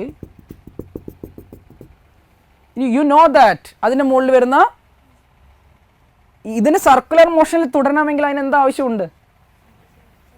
ഒരു സെൻട്രിപെറ്റൽ ഫോഴ്സ് ആവശ്യമല്ലേ. ഇവിടെ ഈ സെൻട്രിപെറ്റൽ ഫോഴ്സ് കൊടുക്കുന്നത് ആരാ? എർത്തിൻ്റെ ഗ്രാവിറ്റി അല്ലേ. എർത്ത് അതിനെ പിടിച്ച് പുൾ ചെയ്യുന്നില്ലേ? അതുകൊണ്ടാണല്ലോ ഇങ്ങോട്ട് വാടാ എന്ന് പറഞ്ഞ് പിടിച്ച് വലിക്കുകയല്ലേ ഇത്, കാരണം തെറിച്ച് പോകാതിരിക്കാൻ വേണ്ടിയിട്ട് അല്ലേ. ഓക്കെ ആണോ? യെസ്. പക്ഷേ അതിങ്ങനെ കണ്ടിന്യൂ ചെയ്തുകൊണ്ടിരുന്നു കഴിഞ്ഞാൽ പതുക്കെ അതിൻ്റെ ഓർബിറ്റ് താഴേക്ക് വന്ന് എർത്തിലേക്ക് തന്നെ വീഴില്ലേ? അങ്ങനെ വീഴാതിരിക്കാനുള്ള കാരണം എന്താ? അറിയാം, ഒരു സർക്കുലർ മോഷനിൽ കറങ്ങുന്ന ഒരു ഒബ്ജക്റ്റിന് പുറത്തേക്ക് എന്ത് ഫോഴ്സ് ഉണ്ട്? സെൻട്രിഫ്യൂഗൽ ഫോഴ്സ് ഉണ്ട്. ഇത് രണ്ടും ബാലൻസ്ഡ് ആകുമ്പോഴാണ് മാത്രമാണ് എന്ത് ചെയ്യുന്നത്? ഒരു സാറ്റലൈറ്റ് അതിൻ്റെ ഓർബിറ്റിൽ തുടരുന്നത്. എന്താ ഓർബിറ്റ്?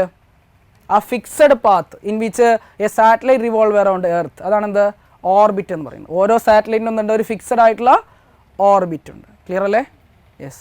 സോ ഈ സാറ്റലൈറ്റ് എന്ന് പറയുന്നത് എർത്തിന് ചുറ്റും കറങ്ങിക്കൊണ്ടിരിക്കാനുള്ള റീസൺ എന്ന് പറയുന്നത് ഇതിൻ്റെ സെൻട്രിപെറ്റൽ ഫോഴ്സ് ഡ്യൂ ടു ഗ്രാവിറ്റിയും സെൻട്രിഫ്യൂഗൽ ഫോഴ്സ് ഡ്യൂ ടു ഇനേഷ്യയും എന്താണ്? ബാലൻസ്ഡ് ആണ്. അതുകൊണ്ടാണ്. ഓക്കെ, ക്ലിയർ ആണോ? ഞാനൊരു കാര്യം ചോദിച്ചോട്ടെ. ഒരു കല്ല്, ഞാനിത് നേരത്തെ പോലെ ഓക്കെ, കല്ല് കയറിൽ കെട്ടിയിട്ട് ഞാൻ പതുക്കെ കറക്കുകയാണ്.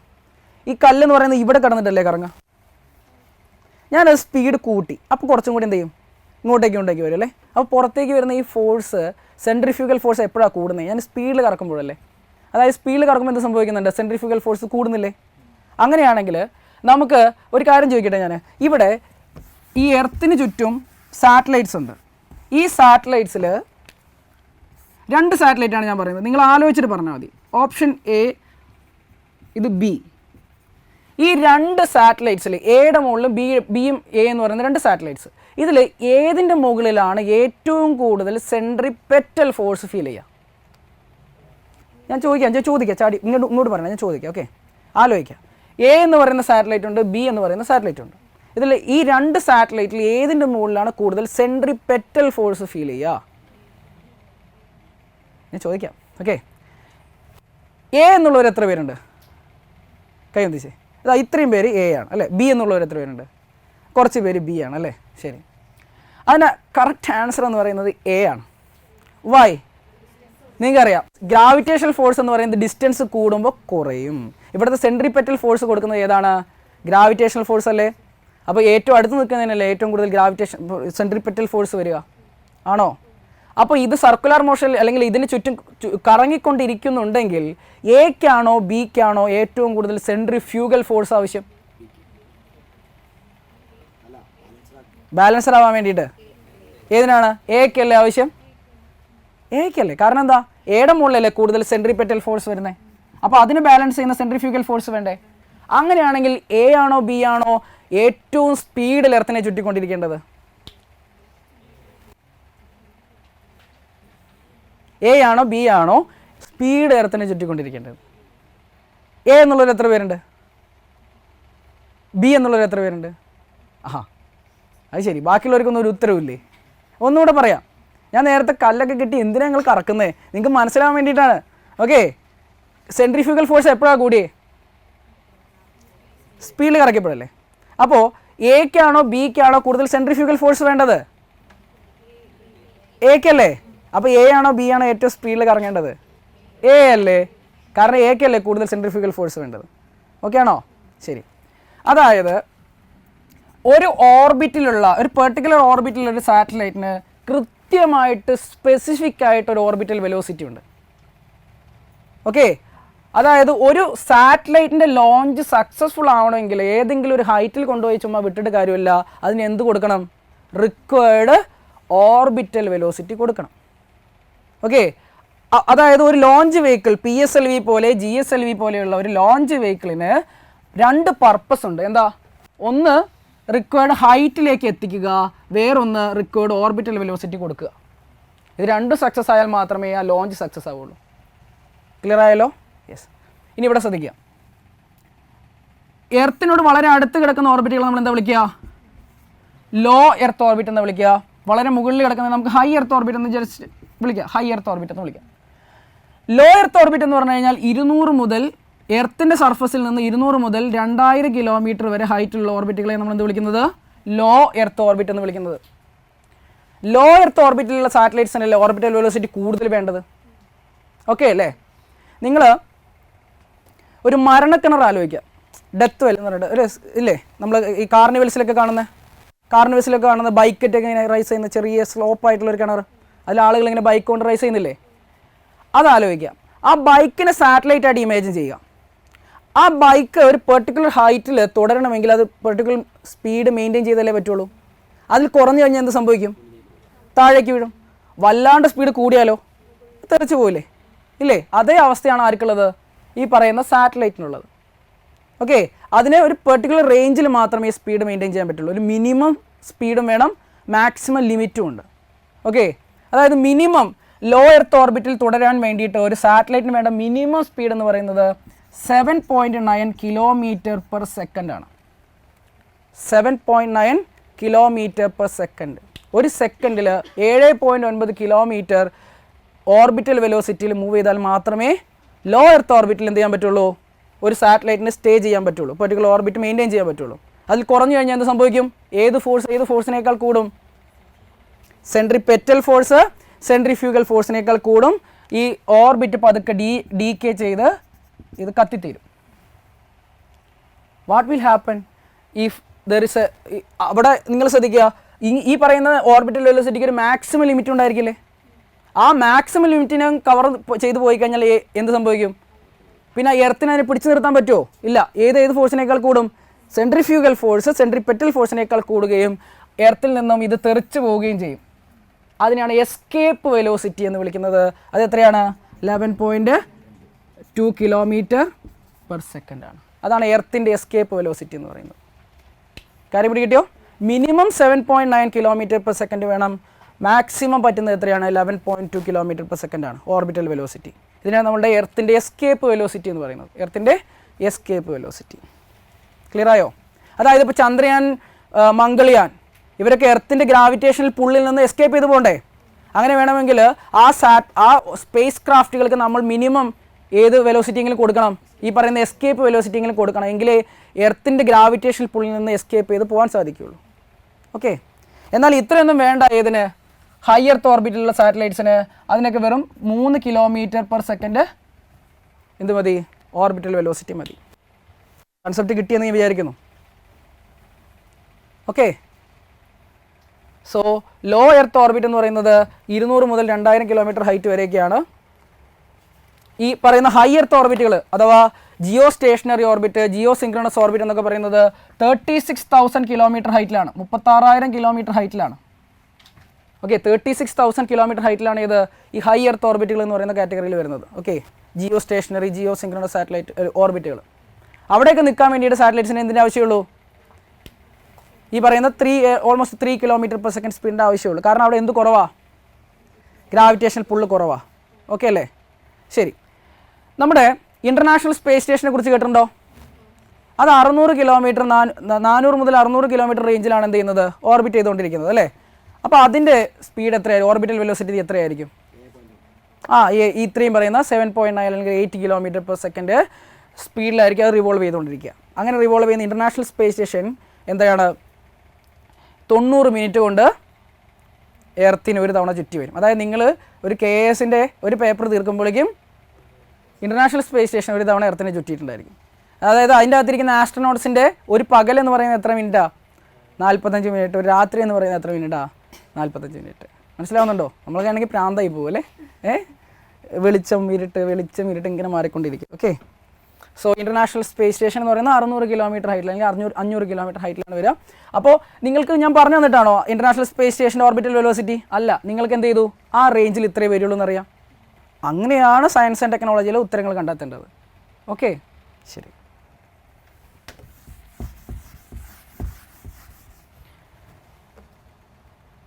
ഓക്കെ, ഇവിടെ ശ്രദ്ധിക്കാം. ആ സ്ലൈഡ്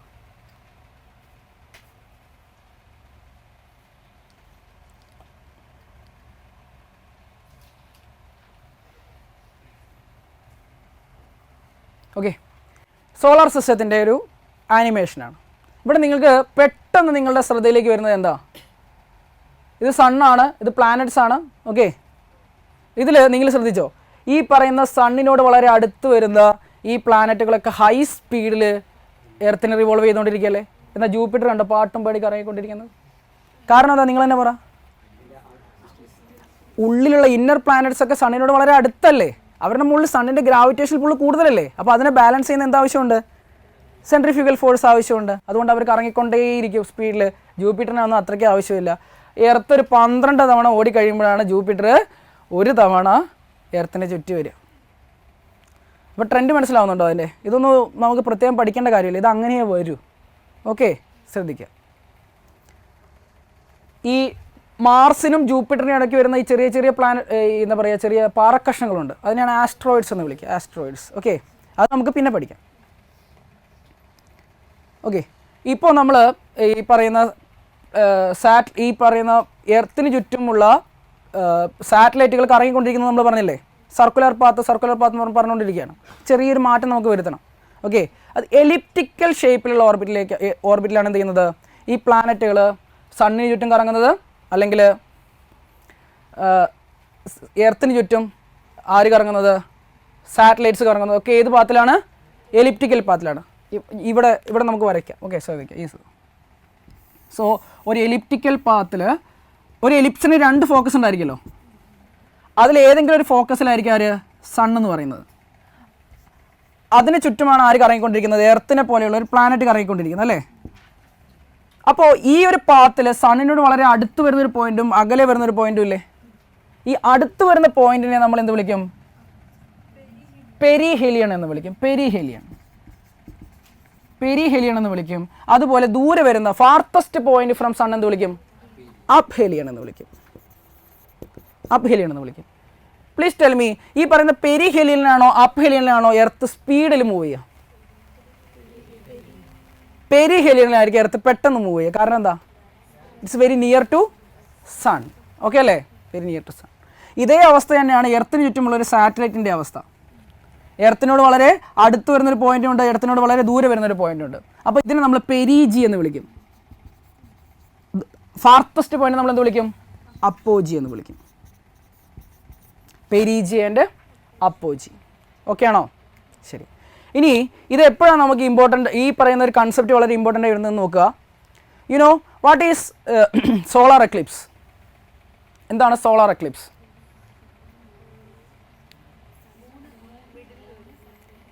മൂണ് എന്തിൻ്റെ മിഡിൽ വരും? എർത്തിൻ്റെയും മിഡിൽ വരും. ചുരുക്കി പറഞ്ഞു കഴിഞ്ഞാൽ പകൽ സമയത്ത് സണ്ണിനെ മറയ്ക്കുക. ആര്? മൂൺ മറയ്ക്കുക അല്ലേ. പകൽ സമയത്ത് സണ്ണിനെ മൂൺ മറയ്ക്കുകയാണ്. അപ്പോൾ ഈ പറയുന്ന ഈ പെരീജിയിൽ വെച്ചിട്ടാണ് മൂണ് സണ്ണിനെ മറച്ചതെങ്കിൽ യുനോ ഈ പറയുന്ന സോളാർ എക്ലിപ്സ് ഒരുപാട് ഡ്യൂറേഷൻ നിലനിൽക്കുന്ന സോളാർ എക്ലിപ്സ് ആയിരിക്കും, കുറച്ച് സമയം മാത്രമുള്ള സോളാർ എക്ലിപ്സ് ആയിരിക്കും? കുറച്ച് സമയം മാത്രമുള്ളതായിരിക്കും. പക്ഷേ അത് കംപ്ലീറ്റ് സോളാർ എക്ലിപ്സ് ആയിരിക്കും. കാരണം എന്താ?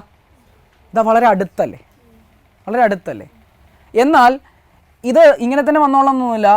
ഇത് വളരെ ദൂരെ വരുന്നൊരു സമയത്താണ് ഈ പറയുന്ന സോളാർ എക്ലിപ്സ് നടക്കുന്നതെങ്കിൽ, ഇത്രയൊന്നുമില്ല കേട്ടോ, എക്സാജറേറ്റ് ആണ്. ഈ രീതിയിലായിരുന്നു വന്നതെങ്കിൽ എന്താ സംഭവിക്കുക? എക്ലിപ്സ് അത്രയ്ക്ക് കംപ്ലീറ്റ് ആവില്ല, പക്ഷേ കുറച്ച് ഡ്യൂറേഷൻ നിലനിൽക്കും അല്ലേ. നൂറ്റാണ്ടിലെ ഏറ്റവും ദൈർഘ്യമേറിയ സൂര്യഗ്രഹണം എന്നൊക്കെ പറഞ്ഞിട്ട് 2018 സംഭവിച്ചിരുന്നു. നൂറ്റാണ്ടിലെ ഏറ്റവും ദൈർഘ്യമേറിയ സൂര്യഗ്രഹണം. അപ്പോൾ ആ സമയത്ത് മൂൺ എവിടെയായിരിക്കും? എർത്തിൻ്റെ അപ്പോജിയിലായിരിക്കും. കൺസെപ്റ്റ് കിട്ടുന്നുണ്ടോ? അപ്പോജിയിലായിരിക്കും. പക്ഷേ അത് കംപ്ലീറ്റ് സോളാർ എക്ലിപ്സ് ആവാൻ സാധ്യതയുണ്ടോ?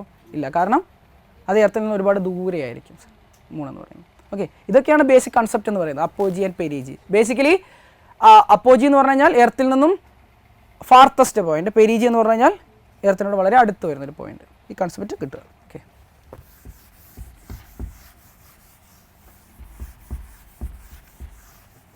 അപ്പോജി ആൻഡ് പെരിജി ക്ലിയർ ആണല്ലോ? ശരി,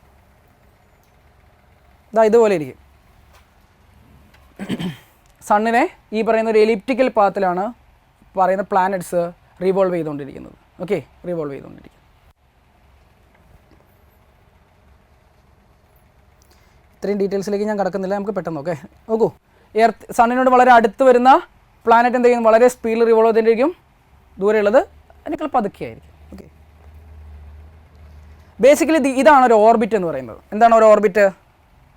A fixed path in which a satellite revolve around earth. അല്ലേ, എർത്ത് തന്നെ വേണമെന്നൊന്നുമില്ല, ഏതൊരു പ്ലാനറ്റിനെ റിവോൾവ് ചെയ്താലും അത് ഓർബിറ്റാണ്. പക്ഷെ നമ്മളൊരു ഈ ഒരു സബ്ജക്റ്റിൽ സ്റ്റിക്ക് ഓൺ ചെയ്യാൻ വേണ്ടിയിട്ട്, വല്ലാതെ വൈഡ് ആവാതിരിക്കാൻ വേണ്ടി നമ്മൾ എന്ത് ചെയ്യുന്നു? അത് എർത്ത് എന്ന് പറയുന്നു, സ്പെസിഫിക് ആയിട്ട് പറയുന്നു. ഓക്കെ, അത് നാരോ സ്കോപ്പാണെന്ന് ഞാൻ ഇപ്പോൾ തന്നെ പറഞ്ഞിട്ടാണ് പറയുന്നത്. ഓക്കെ, സോ എർത്തിന് ചുറ്റും ഒരു സാറ്റലൈറ്റ് റിവോൾവ് ചെയ്തിരിക്കുന്ന സ്പെസിഫിക് പാത്തിനെയാണ് ഓർബിറ്റ് എന്ന് വിളിക്കുന്നത്. പക്ഷേ ഈ ഓർബിറ്റ് എന്ന് പറയുന്നത് ഇത്ര സിമ്പിൾ അല്ല. ഓർബിറ്റ് എന്ന് പറയുന്നത് ഇതുപോലെ വരാം. എങ്ങനെയാ? പല ലെവലിൽ ഓർബിറ്റുകൾ വരാം. ഓക്കെ, ഞാൻ നേരത്തെ പറഞ്ഞ ഇത് ലോ എർത്ത് ഓർബിറ്റുകൾ വരാം, അതുപോലെ ഈ ഹൈ എർത്ത് ഓർബിറ്റുകൾ വരാം, അതുപോലെ ഹൈലി എലിപ്റ്റിക്കൽ ആയിട്ടുള്ള ഓർബിറ്റുകൾ വരാം. ഹൈലി എലിപ്റ്റിക്കൽ ആയിട്ടുള്ള, എന്താ ആ പേരിൽ തന്നെ ഉണ്ട്, എന്താ ഹൈലി എലിപ്റ്റിക്കൽ. ഹൈലി എലിപ്റ്റിക്കൽ ഇവിടെ നോക്കുക, ഇതൊരു എലിപ്റ്റിക്കൽ ഓർബിറ്റ് അല്ലേ? പക്ഷേ അതിൻ്റെ അപ്പോജിയും പെരീജിയും തമ്മിൽ വലിയ വ്യത്യാസമൊന്നുമില്ല അല്ലേ? പക്ഷേ ഈ ഹൈലി എലിപ്റ്റിക്കൽ ഓർബിറ്റിൻ്റെ കാര്യം നോക്കിയേ, അതിൻ്റെ അപ്പോജിയും പെരീജിയും നല്ല വ്യത്യാസം വരുന്നില്ലേ? അതിനാണ് ഹൈലി എലിപ്റ്റിക്കൽ ഓർബിറ്റ് എന്ന് വിളിക്കുന്നത്. ഞാൻ നേരത്തെ ഒരു GTO എന്ന് പറയുന്ന ഒരു പേര് ഞാൻ പറഞ്ഞ് ശ്രദ്ധിച്ചിരുന്നു. എന്തായിരുന്നു? Geosynchronous transfer orbit. അതൊരു ഹൈലി എലിപ്റ്റിക്കൽ ഓർബിറ്റാണ്. ഇതിനെ നമ്മൾ എന്തിനാണ് യൂസ് ചെയ്യുന്നതെന്ന് വെച്ച് കഴിഞ്ഞാൽ, നമ്മളതൊരു എസ്കലേറ്റർ ഇല്ലേ, എസ്കലേറ്റർ എന്താ ചെയ്യുക? അത് തനിയെ മുകളിലേക്ക് പോയിക്കൊണ്ടിരിക്കുകയല്ലേ. നമുക്കിപ്പോൾ ഒരു സാറ്റലൈറ്റിനെ ഹൈ എർത്ത് ഓർബിറ്റിലേക്ക് ലോഞ്ച് ചെയ്യണമെങ്കിൽ നമ്മൾ ഈ പറയുന്ന ഹൈലി എലിപ്റ്റിക്കൽ ഓർബിറ്റിൻ്റെ പെരീജിയിലേക്ക് ലോഞ്ച് ചെയ്ത് കൊടുത്തു കഴിഞ്ഞാൽ ഗ്രാവിറ്റി തന്നെ അതിനെ എവിടെ എത്തിച്ചോളും? High earth ഓർബിറ്റിൻ്റെ ഹൈറ്റിലേക്ക് എത്തിച്ചോളില്ലേ? അവിടെ നമുക്ക് ട്രാൻസ്ഫർ ചെയ്താൽ പോരെ ഇങ്ങോട്ടേക്ക്, ജിയോ സിങ്ക്രണസ് അല്ലെങ്കിൽ ജിയോ സ്റ്റേഷനിലേക്ക് ട്രാൻസ്ഫർ ചെയ്താൽ പോരെ. അതിനാണ് എന്ത് വിളിക്കുന്നത്? ജിയോ സിങ്ക്രണസ് ട്രാൻസ്ഫർ ഓർബിറ്റ് എന്ന് വിളിക്കുന്നത്, GTO. ഓക്കെ, സോ ശ്രദ്ധിക്കുക. അസലായിട്ട് ഓക്കെ. സോ ഇതുപോലെയുള്ള ഡിഫറെൻറ്റ് ഓർബിറ്റുകളുണ്ട്. ഇവിടെ നോക്കുക, ഈ കാണുന്ന പച്ച, ചുവപ്പ്, മഞ്ഞ, ഈ കാണുന്ന ഈ ഓർബിറ്റുകളൊക്കെ ലോ എർത്ത് ഓർബിറ്റുകളല്ലേ? പക്ഷേ ഈ ലോ എർത്ത് ഓർബിറ്റ് എന്ന ഡിഫറെൻറ്റ് ആംഗിൾ ഇല്ലേ? അതുകൊണ്ട് ഓർബിറ്റുകൾ ഡിഫറെൻറ്റ് ടൈപ്സ് ഉണ്ട്. അപ്പോൾ നിങ്ങൾ നോട്ടിൽ എഴുതുക ടൈപ്സ് ഓഫ് ഓർബിറ്റ്സ് എന്ന് എഴുതുക. ടൈപ്സ് ഓഫ് ഓർബിറ്റ്സ്, ഓർബിറ്റിൻ്റെ ഡിഫറെൻറ്റ് ടൈപ്പുകൾ. Okay, types of orbits, types of orbits. ഇത് നമുക്ക് പല രീതിയിൽ ക്ലാസിഫൈ ചെയ്യാം. നമ്മൾ നേരത്തെ ക്ലാസിഫൈ ചെയ്ത് ഏതിൻ്റെ ബേസിലായിരുന്നു? ഹൈറ്റിൻ്റെ ബേസിൽ അല്ലെങ്കിൽ ആൾട്ടിറ്റ്യൂഡിൻ്റെ ബേസിലല്ലേ നമ്മൾ ക്ലാസിഫൈ ചെയ്തത്? ആൾട്ടിറ്റ്യൂഡ് നിങ്ങൾക്കറിയാം. ആൾട്ടിറ്റ്യൂഡിൻ്റെ ബേസിൽ നമുക്ക് എങ്ങനെ ക്ലാസിഫൈ ചെയ്യാൻ സാധിക്കുക? ഏതൊക്കെയാണ്? ലോ എർത്ത് ഓർബിറ്റ് അല്ലേ ഒന്ന്, എർത്തിൽ നിന്ന് എത്ര ഹൈറ്റിലാണ് അല്ലേ ലോ എർത്ത് ഓർബിറ്റ്? എത്രയാ? 200 മുതൽ 2000 കിലോമീറ്റർ വരെയുള്ള ഓർബിറ്റുകളെ നമ്മൾ എന്ത് വിളിക്കും? ലോ എർത്ത് ഓർബിറ്റ് എന്ന് വിളിക്കും. ഈ പറയുന്ന ഹൈ എർത്ത് ഓർബിറ്റ്, ഓക്കെ, ഞാൻ ജനറൽ ആയിട്ടൊരു പേരാണ് high earth orbit. Geostationary, geosynchronous ഒക്കെ അത് 36,000 കിലോമീറ്റർ ഹൈറ്റിൽ, 36,000 കിലോമീറ്റർ ഹൈറ്റിൽ. ഓക്കെ, ഹൈ എർത്ത് ഓർബിറ്റുകൾ. ഇതിൻ്റെ ഇടയിൽ വരുന്ന ഓർബിറ്റുകൾ നമ്മൾ എന്ത് വിളിക്കാം? മിഡിൽ എർത്ത് ഓർബിറ്റുകൾ എന്ന് വിളിക്കാം. LEO, MEO, HEO. LEO, MEO, HEO. Okay, low earth orbit, middle earth orbit and high earth orbits. ഇത് ഏതിൻ്റെ ബേസിലാണ് നമ്മൾ ക്ലാസിഫൈ ചെയ്യുന്നത്? ആൾട്ടിറ്റ്യൂഡ് അല്ലെങ്കിൽ ഹൈറ്റിൻ്റെ ബേസിലാണ്. ഇത് എഴുതിയല്ലോ അല്ലേ? ഇനി അടുത്ത ക്ലാസിഫിക്കേഷൻ എന്ന് പറയുന്നത് ഇൻക്ലിനേഷൻ്റെ ബേസിലാണ്. എന്താ ഇൻക്ലിനേഷൻ? ഇൻക്ലിനേഷൻ്റെ ബേസിൽ ചെരിവ് അല്ലേ? ചെരിവ് നിങ്ങൾക്കറിയാം. ഇവിടെ ഇൻക്ലിനേഷൻ, ഇവിടെ എർത്തിൻ്റെ ഇക്വേറ്ററിൻ്റെ അതേ പ്ലെയിനിൽ വരുന്നൊരു ഓർബിറ്റ് ഇല്ലേ ഇവിടെ? ഇല്ലേ? അതിന് ഇക്വറ്റോറിയൽ ഓർബിറ്റ് എന്ന് വിളിക്കാം. അതിന് നേരെ പെർപെൻഡിക്കുലർ ആയിട്ട് വരുന്നൊരു ഓർബിറ്റ് ഇല്ലേ? അതിന് നമുക്ക് പോളാർ ഓർബിറ്റ് എന്ന് വിളിക്കാം. കാരണം എർത്തിൻ്റെ പോൾസിനെ ബേസ് ചെയ്തുകൊണ്ടാണ് ഈ ഓർബിറ്റ് വരുന്നത്, പോളാർ ഓർബിറ്റ്. അതിന് രണ്ടിൻ്റെ ഇടയിൽ വരുന്ന ഈ ചുവന്ന ഓർബിറ്റ് ഇല്ലേ, അത് ഇൻക്ലൈൻഡ് ഓർബിറ്റ്. അപ്പോൾ ഇൻക്ലിനേഷൻ്റെ ബേസിൽ നമുക്ക് മൂന്നായിട്ട് തിരിക്കാം: equatorial orbit, polar orbit and inclined orbit. Okay, equatorial orbit, polar orbit and inclined orbit. നിങ്ങൾക്ക് ഇവിടെ തന്നെ നിങ്ങൾക്ക് കാണാൻ സാധിക്കും, ഈ പറയുന്ന ഈ ഇക്വറ്റോറിയൽ ഓർബിറ്റും പോളാർ ഓർബിറ്റും ഇൻക്ലൈൻഡ് ഓർബിറ്റും ലോ എർത്ത് ഓർബിറ്റുകളല്ലേ? അതായത് ഇത് രണ്ട് ക്ലാസിഫിക്കേഷനാണ്, മിക്സ് ചെയ്യരുത്. ഓക്കെ, രണ്ട് ടൈപ്പ് ക്ലാസിഫിക്കേഷനാണ്. ഓക്കെ, ഒന്ന് ഇൻക്ലിനേഷൻ്റെ ബേസിൽ, വേറൊന്ന് ആൾട്ടിറ്റ്യൂഡിൻ്റെ ബേസിൽ. ഇതൊക്കെ വീണ്ടും നമ്മളിനി റിപ്പീറ്റ് ചെയ്യും. ഇത് മെഡിക്കൽ ടേംസ് പഠിക്കുന്നില്ലേ, അതുപോലെയാണ്. നമ്മൾ ഇനി പറയുന്നത് ഈ വാക്കുകൾ നമ്മൾ ഇനി എന്ത് ചെയ്യില്ല, എക്സ്പ്ലെയിൻ ചെയ്യില്ല, ഇത് യൂസ് ചെയ്യുള്ളൂ. അപ്പോൾ നിങ്ങൾക്ക് മനസ്സിലാവണമെങ്കിൽ ഇത് കൃത്യമായിട്ട് അണ്ടർസ്റ്റാൻഡ് ചെയ്യും. ഓക്കെ, ശരി. സോ ഇൻക്ലിനേഷൻ്റെ ബേസിൽ ഏതൊക്കെയാണ്? ഇക്വറ്റോറിയൽ,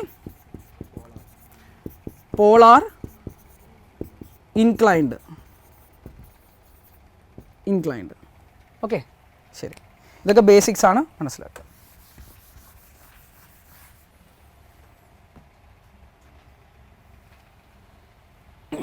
അടുത്തത് ഹൈലി എലിപ്റ്റിക്കൽ ഓർബിറ്റ് എന്താണ്?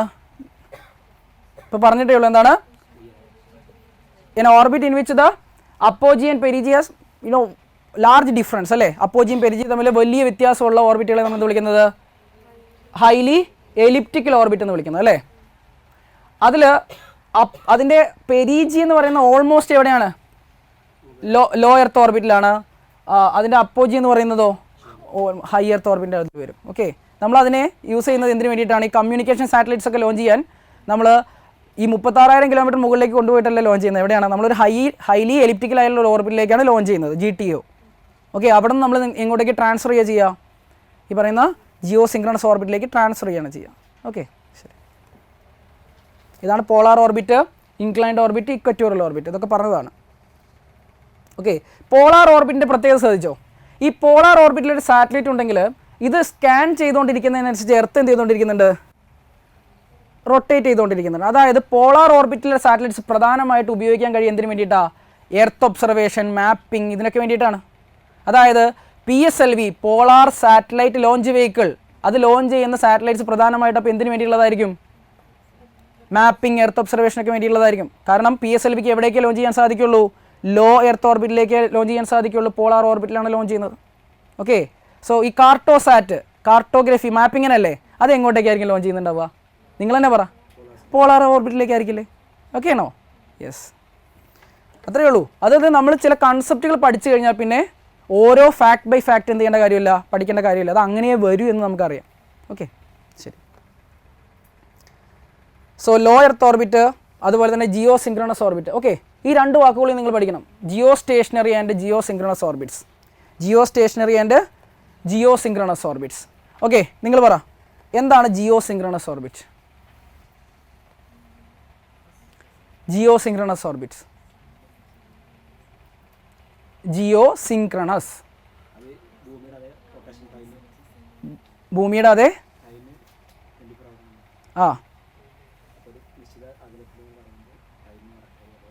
Yes of course. അതായത് രണ്ട് വാക്കാണ്. ഒന്ന് റൊട്ടേഷൻ. റൊട്ടേഷൻ എന്ന് പറഞ്ഞാൽ എന്താ? സ്വന്തം ആക്സിസിൽ തിരിയുന്നതിനാണ് നമ്മൾ എന്ത് വിളിക്കുന്നത്? റൊട്ടേഷൻ എന്ന് വിളിക്കുന്നത്. ഒന്ന് വേറൊന്നിനെ ചുറ്റുന്നതിനാണ് നമ്മൾ എന്ത് വിളിക്കുക? റെവല്യൂഷൻ എന്ന് വിളിക്കുക. ഓക്കെ, അപ്പോൾ എർത്തിന് ചുറ്റും ഒരു സാറ്റലൈറ്റ് എന്ത് ചെയ്യുന്നുണ്ട്? റിവോൾവ് ചെയ്യുന്നുണ്ട്. സോ എർത്തിൻ്റെ റൊട്ടേഷണൽ ടൈമും ഒരു സാറ്റലൈറ്റിൻ്റെ റെവല്യൂഷണൽ ടൈമും ഈക്വൽ ആവുകയാണെങ്കിൽ നമ്മൾ അതിനെന്ത് വിളിക്കും? ജിയോ സിങ്ക്രണസ് എന്ന് വിളിക്കും. ക്ലിയർ ആണോ? അതായത് 24 മണിക്കൂർ കൊണ്ട് എർത്തിന് ഒരു തവണ ചുറ്റി വരുന്ന സാറ്റലൈറ്റുകൾ നമ്മൾ എന്ത് വിളിക്കും? ജിയോ സിങ്ക്രണസ് സാറ്റലൈറ്റ്സ് എന്ന് വിളിക്കും. ഓക്കെ, എഴുതിക്കോളൂ. ജിയോ സിങ്ക്രണസ് ഓർബിറ്റ് എന്ന് എഴുതിയാൽ മതി. Geosynchronous orbit. Geosynchronous orbit. അടുത്ത ഹെഡിങ് എഴുതുക. Geosynchronous orbit. An orbit in which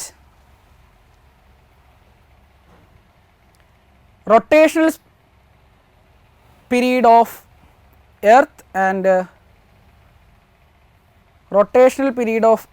and revolutional period of satellite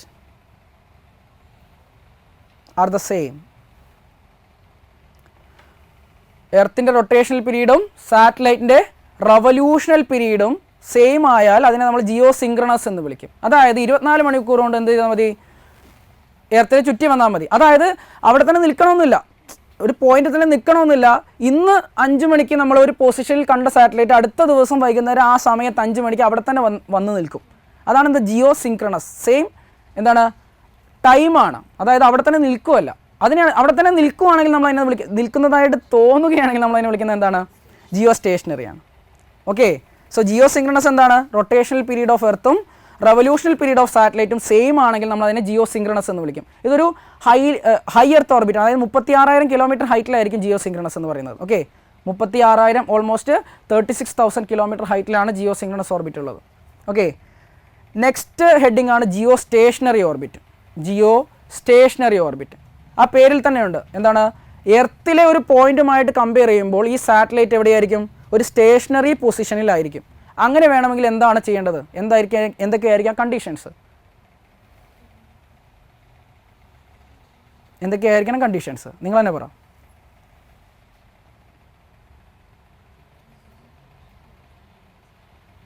ചിന്തിച്ച് നോക്കി പറഞ്ഞേ. ഇത്രയും പഠിക്കുന്നതല്ലേ നിങ്ങൾ? ഒരു കുറച്ച് കാര്യങ്ങൾ ഇങ്ങനെ പഠിച്ചില്ലേ? എർത്തിലെ ഒരു പൊസിഷനുമായിട്ട് കമ്പയർ ചെയ്യുമ്പോൾ ഒരു പെർട്ടിക്കുലർ പൊസിഷനിൽ നിൽക്കുന്നതായിട്ട് തോന്നണമെങ്കിൽ ആ സാറ്റലൈറ്റ് പാലിക്കേണ്ട ചില കണ്ടീഷൻസ് എന്തൊക്കെയായിരിക്കും? എർത്തിൻ്റെ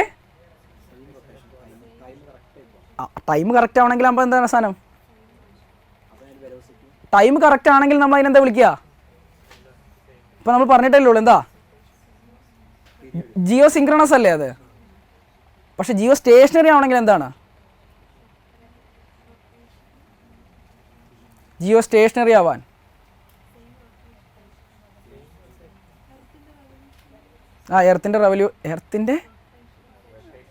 എർത്തിൻ്റെ റൊട്ടേഷനും സാറ്റലൈറ്റിൻ്റെ റവല്യൂഷനും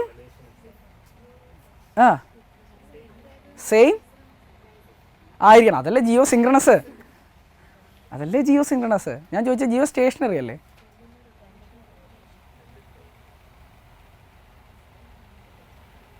ഓക്കെ, ഇവിടെ ശ്രദ്ധിക്കാം. സെയിം റവല്യൂഷണൽ ടൈമും റൊട്ടേഷണൽ ടൈമും പീരീഡും ആയിരിക്കണം. പക്ഷേ ഒരു കാര്യമുണ്ട്, ഈ ജിയോ സിങ്ക്രണസ് എന്ന് പറഞ്ഞു കഴിഞ്ഞാൽ ഏത് പ്ലെയിനിലും എർത്തിനെ റിവോൾവ് ചെയ്തൂടെ?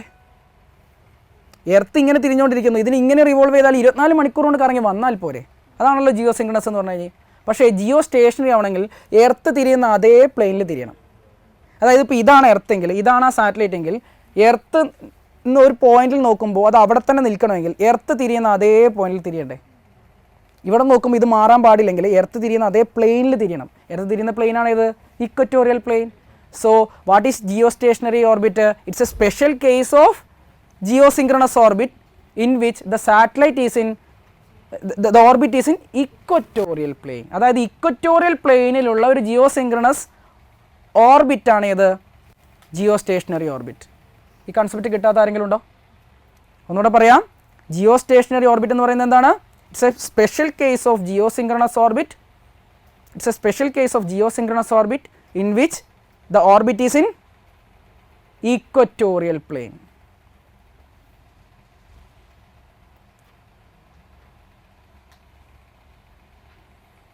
It's a special case of geosynchronous orbit in which the orbit is in equatorial plane. Okay അല്ലേ?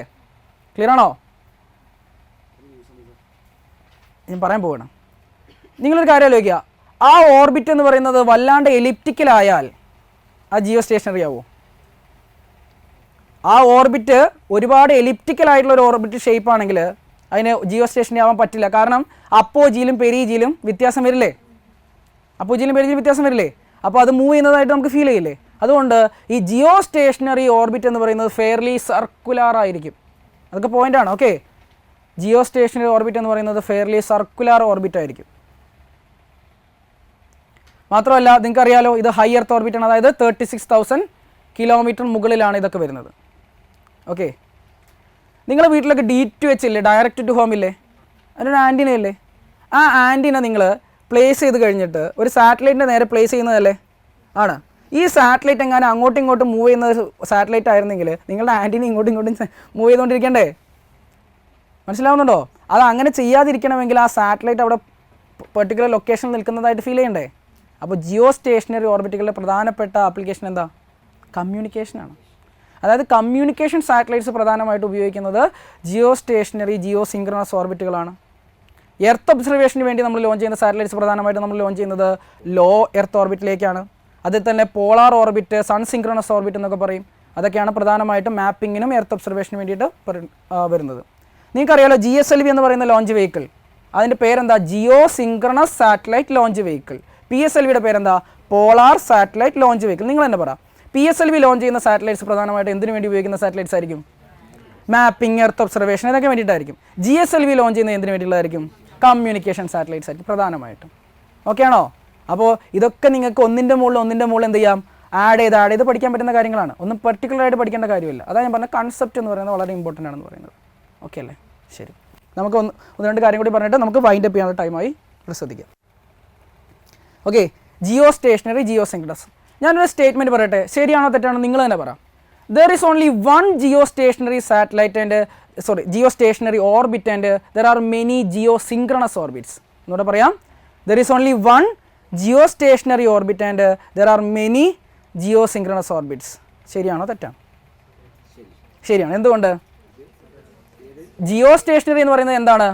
ഇക്വറ്റോറിയൽ പ്ലെയിനിൽ 36,000 കിലോമീറ്റർ ഹൈറ്റിൽ ഒരു ഫെയർലി സർക്കുലർ ആയിട്ടുള്ള ഒരു ഓർബിറ്റാണ് ഏത്? ജിയോ സ്റ്റേഷനറി. എന്നാൽ ജിയോ സിങ്ക്രണസ് എന്ന് പറയുന്നത് ഏത് പ്ലെയിനിലും ആയിക്കൂടെ, 24 മണിക്കൂർ കൊണ്ട് അടുത്തിന് കറങ്ങി വന്നാൽ പോരെ. ഓക്കെ, അതുകൊണ്ട് തന്നെ ജിയോ സ്റ്റേഷനറി ഓർബിറ്റ് എന്ന് പറയുന്നത് ഒരു കോസ്റ്റ്ലി റിയൽ എസ്റ്റേറ്റ് ആണ്. എന്താ? ആകെ ഒരു ഓർബിറ്റും ഉണ്ട്, കുറേ സാറ്റലൈറ്റ്സും ഉണ്ട്. അപ്പോൾ ഒരു സാറ്റലൈറ്റ് കംപ്ലയിൻറ്റ് വന്നു കഴിഞ്ഞാൽ എന്ത് ചെയ്യണം? അതിനെ മാറ്റിയിട്ടൊക്കെയാണ് എന്ത് ചെയ്യുക, നമ്മളവിടെ വേറൊരു സാറ്റലൈറ്റിനെ വെക്കുക. അതിന് ജങ്ക്യാർഡ് ഓർബിറ്റ് എന്ന് പറഞ്ഞിട്ടൊക്കെ സാറ്റലൈറ്റ് ഒരു ഓർബിറ്റുകൾ പുറത്തുണ്ട്. അതായത് കേടുവന്ന സാറ്റലൈറ്റുകളെ ജങ്ക്യാർഡില്ലേ, ജങ്ക്യാർഡ് ഓർബിറ്റുകളൊക്കെ ഉണ്ട്. ഓക്കെ, അതൊക്കെ ശ്രദ്ധിക്കുക.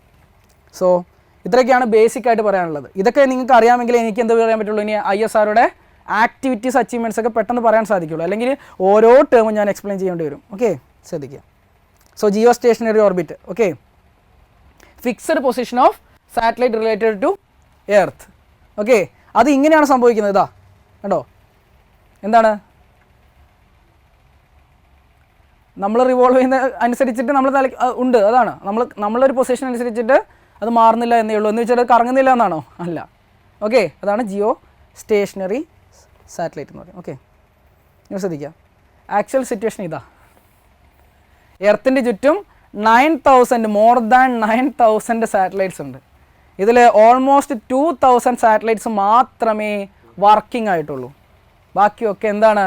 നിങ്ങൾ തന്നെ പറ, സ്പേസ് ഡെബ്രീസ് അല്ലെങ്കിൽ സ്പേസ് ജങ്ക് അല്ലെങ്കിൽ സ്പേസ് ഡെബ്രീസ് എന്ന് പറയും. നമ്മൾ മനുഷ്യൻ ചെല്ലുന്നിടത്തൊക്കെ മലിനമാക്കും. സ്പേസിലും പോയി അവിടെയും മലിനമാക്കി. ഓക്കെ, ഇനി 53,000-ഓളം സാറ്റലൈറ്റ്സ് ആണ് ഇനി അടുത്ത 10 വർഷം കൊണ്ട് നമ്മൾ ലോഞ്ച് ചെയ്യാൻ ഉദ്ദേശിക്കുന്നത്. 53,000-ഓളം സാറ്റലൈറ്റ്സ്. പ്രത്യേകിച്ച് ഞാൻ പറഞ്ഞില്ലേ, new space, business opportunities, greed.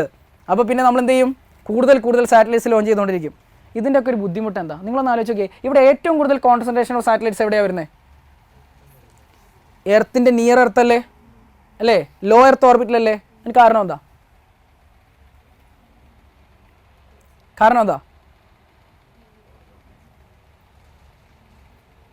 അതിനുള്ള കാരണം എന്താ? ഞാൻ നിങ്ങളോട് പറഞ്ഞു, കോമൺ സെൻസ് എന്ന് പറയുന്ന സാധനമാണ് നിങ്ങൾ എപ്പോഴും യൂസ് ചെയ്യേണ്ടത്. ഒന്ന് ആലോചിച്ച് നോക്കിയേ. നിയർ എർത്ത് ഓർബിറ്റിൽ ഇത്രയും സാറ്റലൈറ്റ്സ് കൂടാൻ കാരണം എന്താ? കോൺസെൻട്രേഷൻ കൂടാൻ കാരണം എന്താ? It's very easy to launch. അവിടേക്ക് ലോഞ്ച് ചെയ്യാൻ സുഖമാണ്. പക്ഷേ ഹയർ ഓർബിറ്റിലേക്കൊക്കെ ലോഞ്ച് ചെയ്യണമെങ്കിൽ ക്രയോജനിക് എഞ്ചിൻ പോലെയുള്ള ഹൈ ടെക്നോളജി വേണ്ടേ? നമ്മൾ കഷ്ടപ്പെട്ടത് കണ്ടില്ലേ നിങ്ങൾ, ഒരു ക്രയോജനിക് എഞ്ചിൻ ഉണ്ടാക്കാൻ വേണ്ടിയിട്ട് ഇല്ലേ? അപ്പോൾ അതുകൊണ്ടാണ് ലോ എർത്ത് ഓർബിറ്റിൽ ഇത്രയും സാറ്റലൈറ്റ്സ് വരുന്നത്. ഇവിടെ ഒരു വര പോലെ കാണാനുണ്ടോ? അതെന്താ സംഭവം? സ്റ്റേഷനറി ഓർബിറ്റാണ്, ജിയോ സ്റ്റേഷനറി ഓർബിറ്റാണ്. ഒരു സിംഗിൾ ലൈൻ പോലെ. ഇതിൻ്റെ ഇടയിൽ വരുന്നതൊക്കെയാണ് മിഡിൽ എർത്ത് ഓർബിറ്റുകൾ എന്ന് പറയുന്നത്. ഇവർ തമ്മിൽ എന്താ കൂട്ടിയിടിക്കാത്തത്? ഒരു ചക്കയ്ക്ക് ചുറ്റി ഈ ചാർക്കുന്ന പോലെ ഉണ്ടല്ലോ, ഇതെന്താ കൂട്ടിയിടിക്കാത്തത്? എന്താ?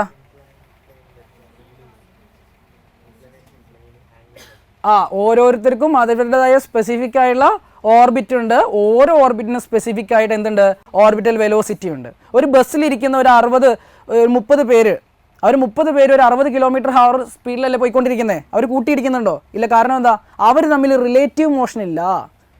എല്ലാവരും ഒരേ സ്പീഡിലാണ് പോകുന്നത്. അപ്പോൾ ഒരേ പ്ലെയിനിലുള്ള അല്ലെങ്കിൽ ഒരേ ഓർബിറ്റിലുള്ള എല്ലാവരും ഒരേ സ്പീഡിലാണ് പോകുന്നത്. അവിടെ എന്ത് സംഭവിക്കില്ല? ഈ പറയുന്ന എന്താ പറയുക, കൂട്ടിയിടിയും കൊളീഷനും സംഭവിക്കില്ല. എപ്പോൾ മാത്രമേ കൊളീഷൻ സംഭവിക്കുകയുള്ളൂ? എപ്പോഴാണോ ഒരു സാറ്റലൈറ്റ് അതിൻ്റെ ഓർബിറ്റിൽ നിന്ന് മാറി പോകുന്നത്, അപ്പോഴാണ് കൂട്ടിയിടിയിൽ കൊളീഷൻസ് സംഭവിക്കുക. ഓക്കെ, ഒരു കാര്യം നോക്കുക, ശ്രദ്ധിക്കുക. ഈ എർത്തിന് ചുറ്റുമുള്ള ഓർബിറ്റ് എന്ന് പറയുമ്പോൾ ലോ എർത്ത് ഓർബിറ്റ് ആയിക്കോട്ടെ. ഈ ലോ എർത്ത് ഓർബിറ്റ് എന്ന് പറയുന്നത് 200 km ഹൈറ്റിലല്ലേ ഏകദേശം മിനിമം. ഈ പറയുന്ന സ്പേസ് എന്ന് പറയുന്നത് കംപ്ലീറ്റ്ലി വാക്വം അല്ല. അവിടെ എന്തുണ്ട്? ഗ്യാസ് മോളിക്യൂൾസിൻ്റെ പ്രസൻസ് ഉണ്ട്.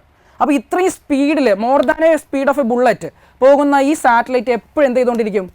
ഗ്യാസ് മോളിക്യൂൾസുമായി കൂട്ടിയിടിച്ചുകൊണ്ടിരിക്കും. അപ്പോൾ അതിനനുസരിച്ച് ഗ്രാജുവലായിട്ട് അതിൻ്റെ എന്ത് കുറയും? ഓർബിറ്റൽ വെലോസിറ്റി കുറഞ്ഞു വരും. അപ്പോൾ എന്ത് സംഭവിക്കും? സെൻട്രിപെറ്റൽ ഫോഴ്സ് സെൻട്രിഫ്യൂഗൽ ഫോഴ്സിനേക്കാൾ കൂടാൻ തുടങ്ങും. അതിൻ്റെ ഓർബിറ്റ് പതുക്കെ താഴാൻ തുടങ്ങും അല്ലേ?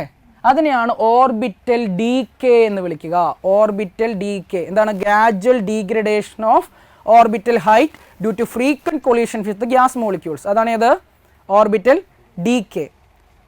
അപ്പോൾ ഒരു സാറ്റലൈറ്റിന് പെർപ്പച്വലായിട്ട് എർത്തിന് ചുറ്റും കറങ്ങിക്കൊണ്ടിരിക്കാൻ പറ്റുമോ? ഇല്ല. അത് ഇങ്ങനെ എന്ത് സംഭവിക്കും? പതുക്കെ കുറേ കാലം കഴിയുമ്പോൾ അതിൻ്റെ ഓർബിറ്റ് താഴ്ന്നു വരും. അങ്ങനെ താഴ്ന്ന് കുറേ കഴിഞ്ഞെത്തിയാൽ അറ്റ്മോസ്ഫിയറിൻ്റെ ഡെൻസസ്റ്റ് പാർട്ടിലേക്ക് എൻ്റർ ചെയ്യും. ഡെൻസസ്റ്റ് പാർട്ടിലേക്ക് എൻ്റർ ചെയ്ത് കഴിഞ്ഞാൽ നമ്മുടെ ഈ കൈയില്ലേ, കൈ ഇങ്ങനെ ഒരുതിക്കൊണ്ടിരുന്ന് കഴിഞ്ഞാൽ ചൂടാവുന്നില്ലേ? ഇതിനേക്കാൾ ഫ്രിക്ഷൻ മൂലമുള്ള ഫോഴ്സ് ഉണ്ടാവും, അല്ലെ ഹീറ്റ് ഉണ്ടാവും. ഏതിന്? ഈ അറ്റ്മോസ്ഫിയറിലൂടെ ഹൈ സ്പീഡിൽ പോകുന്ന സാറ്റലൈറ്റിന്. അതുമൂലം ഹീറ്റ് ഉണ്ടാവുന്നു, കത്തിപ്പിടിക്കുന്നു, പൊട്ടിത്തെറിക്കുന്നു. ഓക്കെ, ഇതാണ് സംഭവിക്കുന്നത്. ഇത് സംഭവിക്കാതിരിക്കണമെങ്കിൽ എന്ത് വേണം? ഇതിൻ്റെ ഓർബിറ്റിൽ കുറയുന്ന സ്പീഡ് കൂട്ടി കൊടുക്കണം അല്ലേ? അപ്പോൾ അതിനുവേണ്ടി എന്ത് ചെയ്യുക? ഒരു സാറ്റലൈറ്റിൽ അതിനാവശ്യമായിട്ടുള്ള ഫ്യൂൽ ടാങ്കും അതുപോലെയുള്ള എൻജിനും കൊണ്ടുപോകുന്നുണ്ട്. എന്തിനു വേണ്ടിയിട്ടാണ്? അതിൻ്റെ ഓർബിറ്റൽ വെലോസിറ്റി കുറയുകയാണെങ്കിൽ ബൂസ്റ്റ് ചെയ്യാൻ വേണ്ടിയിട്ട്. ഓക്കെ ആണോ? അപ്പോൾ നിങ്ങൾ തന്നെ പറയുക, ഒരു സാറ്റലൈറ്റിന് എത്ര കാലം ഓർബിറ്റിൽ തുടരാൻ സാധിക്കും? അതിൻ്റെ ഓർബിറ്റൽ വെലോസിറ്റി എത്ര കാലം മെയിൻറ്റെയിൻ ചെയ്യാൻ സാധിക്കും? അത്രയും കാലമല്ലേ? ഈ ഓർബിറ്റൽ വെലോസിറ്റി മെയിൻറ്റെയിൻ ചെയ്യാൻ വേണ്ടി അതിനെ സഹായിക്കുന്നത് ഏതാ? ഡീകേ വരുമ്പോൾ അതിൻ്റെ ഫ്യൂവൽ അല്ലേ? സോ ഒരു സാറ്റലൈറ്റിന് എത്ര കാലം, പ്രാക്ടിക്കലി എത്ര കാലം ഓർബിറ്റിൽ തുടരാൻ സാധിക്കും? ആ ഫ്യൂവൽ തീരുന്നത് വരെ. നിങ്ങൾ തന്നെ സ്വയം ചിന്തിച്ചത് പറയുക, ഹൈ എർത്ത് ഓർബിറ്റിലുള്ള സാറ്റലൈറ്റും ലോ എർത്ത് ഓർബിറ്റിലുള്ള സാറ്റലൈറ്റും ഇതിൽ ഏതിനാ പെട്ടെന്ന് ഫ്യൂവൽ തീരുക? ഇടയ്ക്കിടയ്ക്ക് ബൂസ്റ്റ് ചെയ്ത് കൊടുക്കേണ്ട ഒരു ആവശ്യമില്ല. ഏതാ? ലോ എർത്ത് ഓർബിറ്റിലുള്ള സാറ്റലൈറ്റ്സിനല്ലേ? സോ ലോ എർത്ത് ഓർബിറ്റിലെ സാറ്റലൈറ്റ്സിന് 5 വർഷമൊക്കെയാണ് കാലാവധി കൊടുക്കാറ്, 5 years ഒക്കെയാണ്. ഹൈ എർത്ത് ഓർബിറ്റിലെ സാറ്റലൈറ്റ്സിന് 10 years ഒക്കെ കാലാവധി കൊടുക്കാറുണ്ട്. ഓക്കെ, ക്ലിയർ ആണല്ലോ? ഇപ്പോൾ US ബേസ്ഡ് ആയിട്ടുള്ള ഒരു കമ്പനി മിഷൻ എക്സ്റ്റൻഷൻ വെഹിക്കിൾ എന്ന് പറഞ്ഞിട്ട് ഒരു സാറ്റലൈറ്റിനെ ലോഞ്ച് ചെയ്തിട്ടുണ്ട്. അതിന് പണി ഇതാണ്, ഈ ഫ്യൂലൊക്കെ തീർന്ന് ഉപേക്ഷിക്കാറായ സാറ്റലൈറ്റിനെ പോയിട്ട് ഇത് അറ്റാച്ച് ചെയ്യും, ബൂസ്റ്റ് ചെയ്ത് കൊടുക്കും. Mission extension vehicle. ഓക്കെ, കാരണം മനസ്സിലായില്ലേ? അപ്പോൾ നമുക്ക് വീണ്ടും ഒരു 5 വർഷത്തേക്കെങ്കിലും പിന്നെ നമുക്ക് എന്ത് ചെയ്യാൻ പറ്റും? ആ സാറ്റലൈറ്റ് ഉപയോഗിക്കാൻ പറ്റും, അല്ലെങ്കിൽ നമുക്ക് എന്ത് ചെയ്യാൻ പറ്റില്ല? ഉപയോഗിക്കാൻ പറ്റില്ല. ഓക്കെ, അപ്പോൾ ഇതുപോലെ ഫ്യൂവൽ തീർന്നൊരു സാറ്റലൈറ്റ് ഈ നല്ലൊരു ട്രാഫിക്കിലൂടെ ഏതെങ്കിലും ബൈക്കോ ആയിട്ട് ഇങ്ങനെ പോകുന്ന പയ്യന്മാരുണ്ടല്ലോ, അതേപോലെ പോകുന്നതാണ്. അപ്പോൾ എന്ത് സംഭവിക്കാം? കൊളീഷൻസ് സംഭവിക്കാം. അപ്പോൾ കൂടുതൽ ഡെബ്രീസ് ഉണ്ടാവും. ഈ സ്പേസ് ഡെബ്രീസ് എന്ന് പറയുന്നത് വളരെ വെല്ലുവിളി പിടിച്ചൊരു സാധനമാണ് ഈ കാലഘട്ടത്തിൽ. കാരണം എന്താ? സ്പേസ് ഡെബ്രീസ് എന്ന് പറഞ്ഞാൽ വളരെ വളരെ ഡേഞ്ചറസ് ആണ് നമുക്ക്. Why? Because we are going to be a multi planetary species. നമ്മൾ എങ്ങോട്ടേക്കും കുടിയേറി പറക്കാൻ പോവുകയാണ്? മാർസിലേക്കൊക്കെ കുടിയേറി പറക്കാൻ പോവുകയാണ്. നിങ്ങളൊന്ന് ആലോചിച്ച് നോക്കിയേ, ആ ഡെബ്രീസിൻ്റെ ഉള്ളിൽ കൂടെ വേണ്ടേ പോകാൻ? അല്ലേ? അങ്ങോട്ട് എത്തിയാലല്ലേ അങ്ങോട്ട് പോകാൻ പറ്റുള്ളൂ. ഓക്കെ ആണോ? സോ റിമൂവ് ഡെബ്രീസ് എന്ന് പറയുന്ന ഒരു പ്രോഗ്രാം വരെ ഇപ്പോൾ കണ്ടക്ട് ചെയ്തുകൊണ്ടിരിക്കുന്നുണ്ട്. എന്താ റിമൂവ് ഡെബ്രീസ്? ഈ ഡെബ്രീസിനെ റിമൂവ് ചെയ്യുക. എങ്ങനെയാണ് റിമൂവ് ചെയ്യുക? നമ്മൾ പണ്ട് തോട്ടിലൊക്കെ മീൻ പിടിച്ചിട്ടില്ലേ? തോർത്തുണ്ടുകൊണ്ട് അല്ലേ? അതേപോലെ ബുള്ളറ്റ് പ്രൂഫ് ആയിട്ടുള്ള ഒരു ഫാബ്രിക് സ്പേസിലേക്ക് വിട്ടിട്ട് ഈ പറയുന്ന ഡെബ്രീസിനെ ക്യാപ്ചർ ചെയ്ത് തിരിച്ചു കൊണ്ടുവന്ന് അറ്റ്മോസ്ഫിയറിലേക്ക് കത്തിക്കുക. റിമൂവ് ഡെബ്രീസ് എന്നൊക്കെ പറയുന്നത്. ഓക്കെ, അതുപോലുള്ള പ്രോഗ്രാമും കാര്യങ്ങളൊക്കെ നടക്കുന്നുണ്ട്. ഓക്കെ, ഇതൊക്കെ എക്സ്ട്രാ ആയിട്ട് ഞാൻ പറഞ്ഞതേ ഉള്ളൂ. സോ ഇത്രയാണ് ബേസിക് ആയിട്ടുള്ള കാര്യങ്ങൾ. ഇനി അടുത്ത നമ്മൾ പറയാൻ പോകുന്നത് ഈ പറയുന്ന ISROയുടെ ആക്ടിവിറ്റീസ് ആൻഡ് അച്ചീവ്മെൻറ്റ്സ് ആണ്. അത് നമ്മൾ നെക്സ്റ്റ് സെഷനിലേ പറയുള്ളൂ.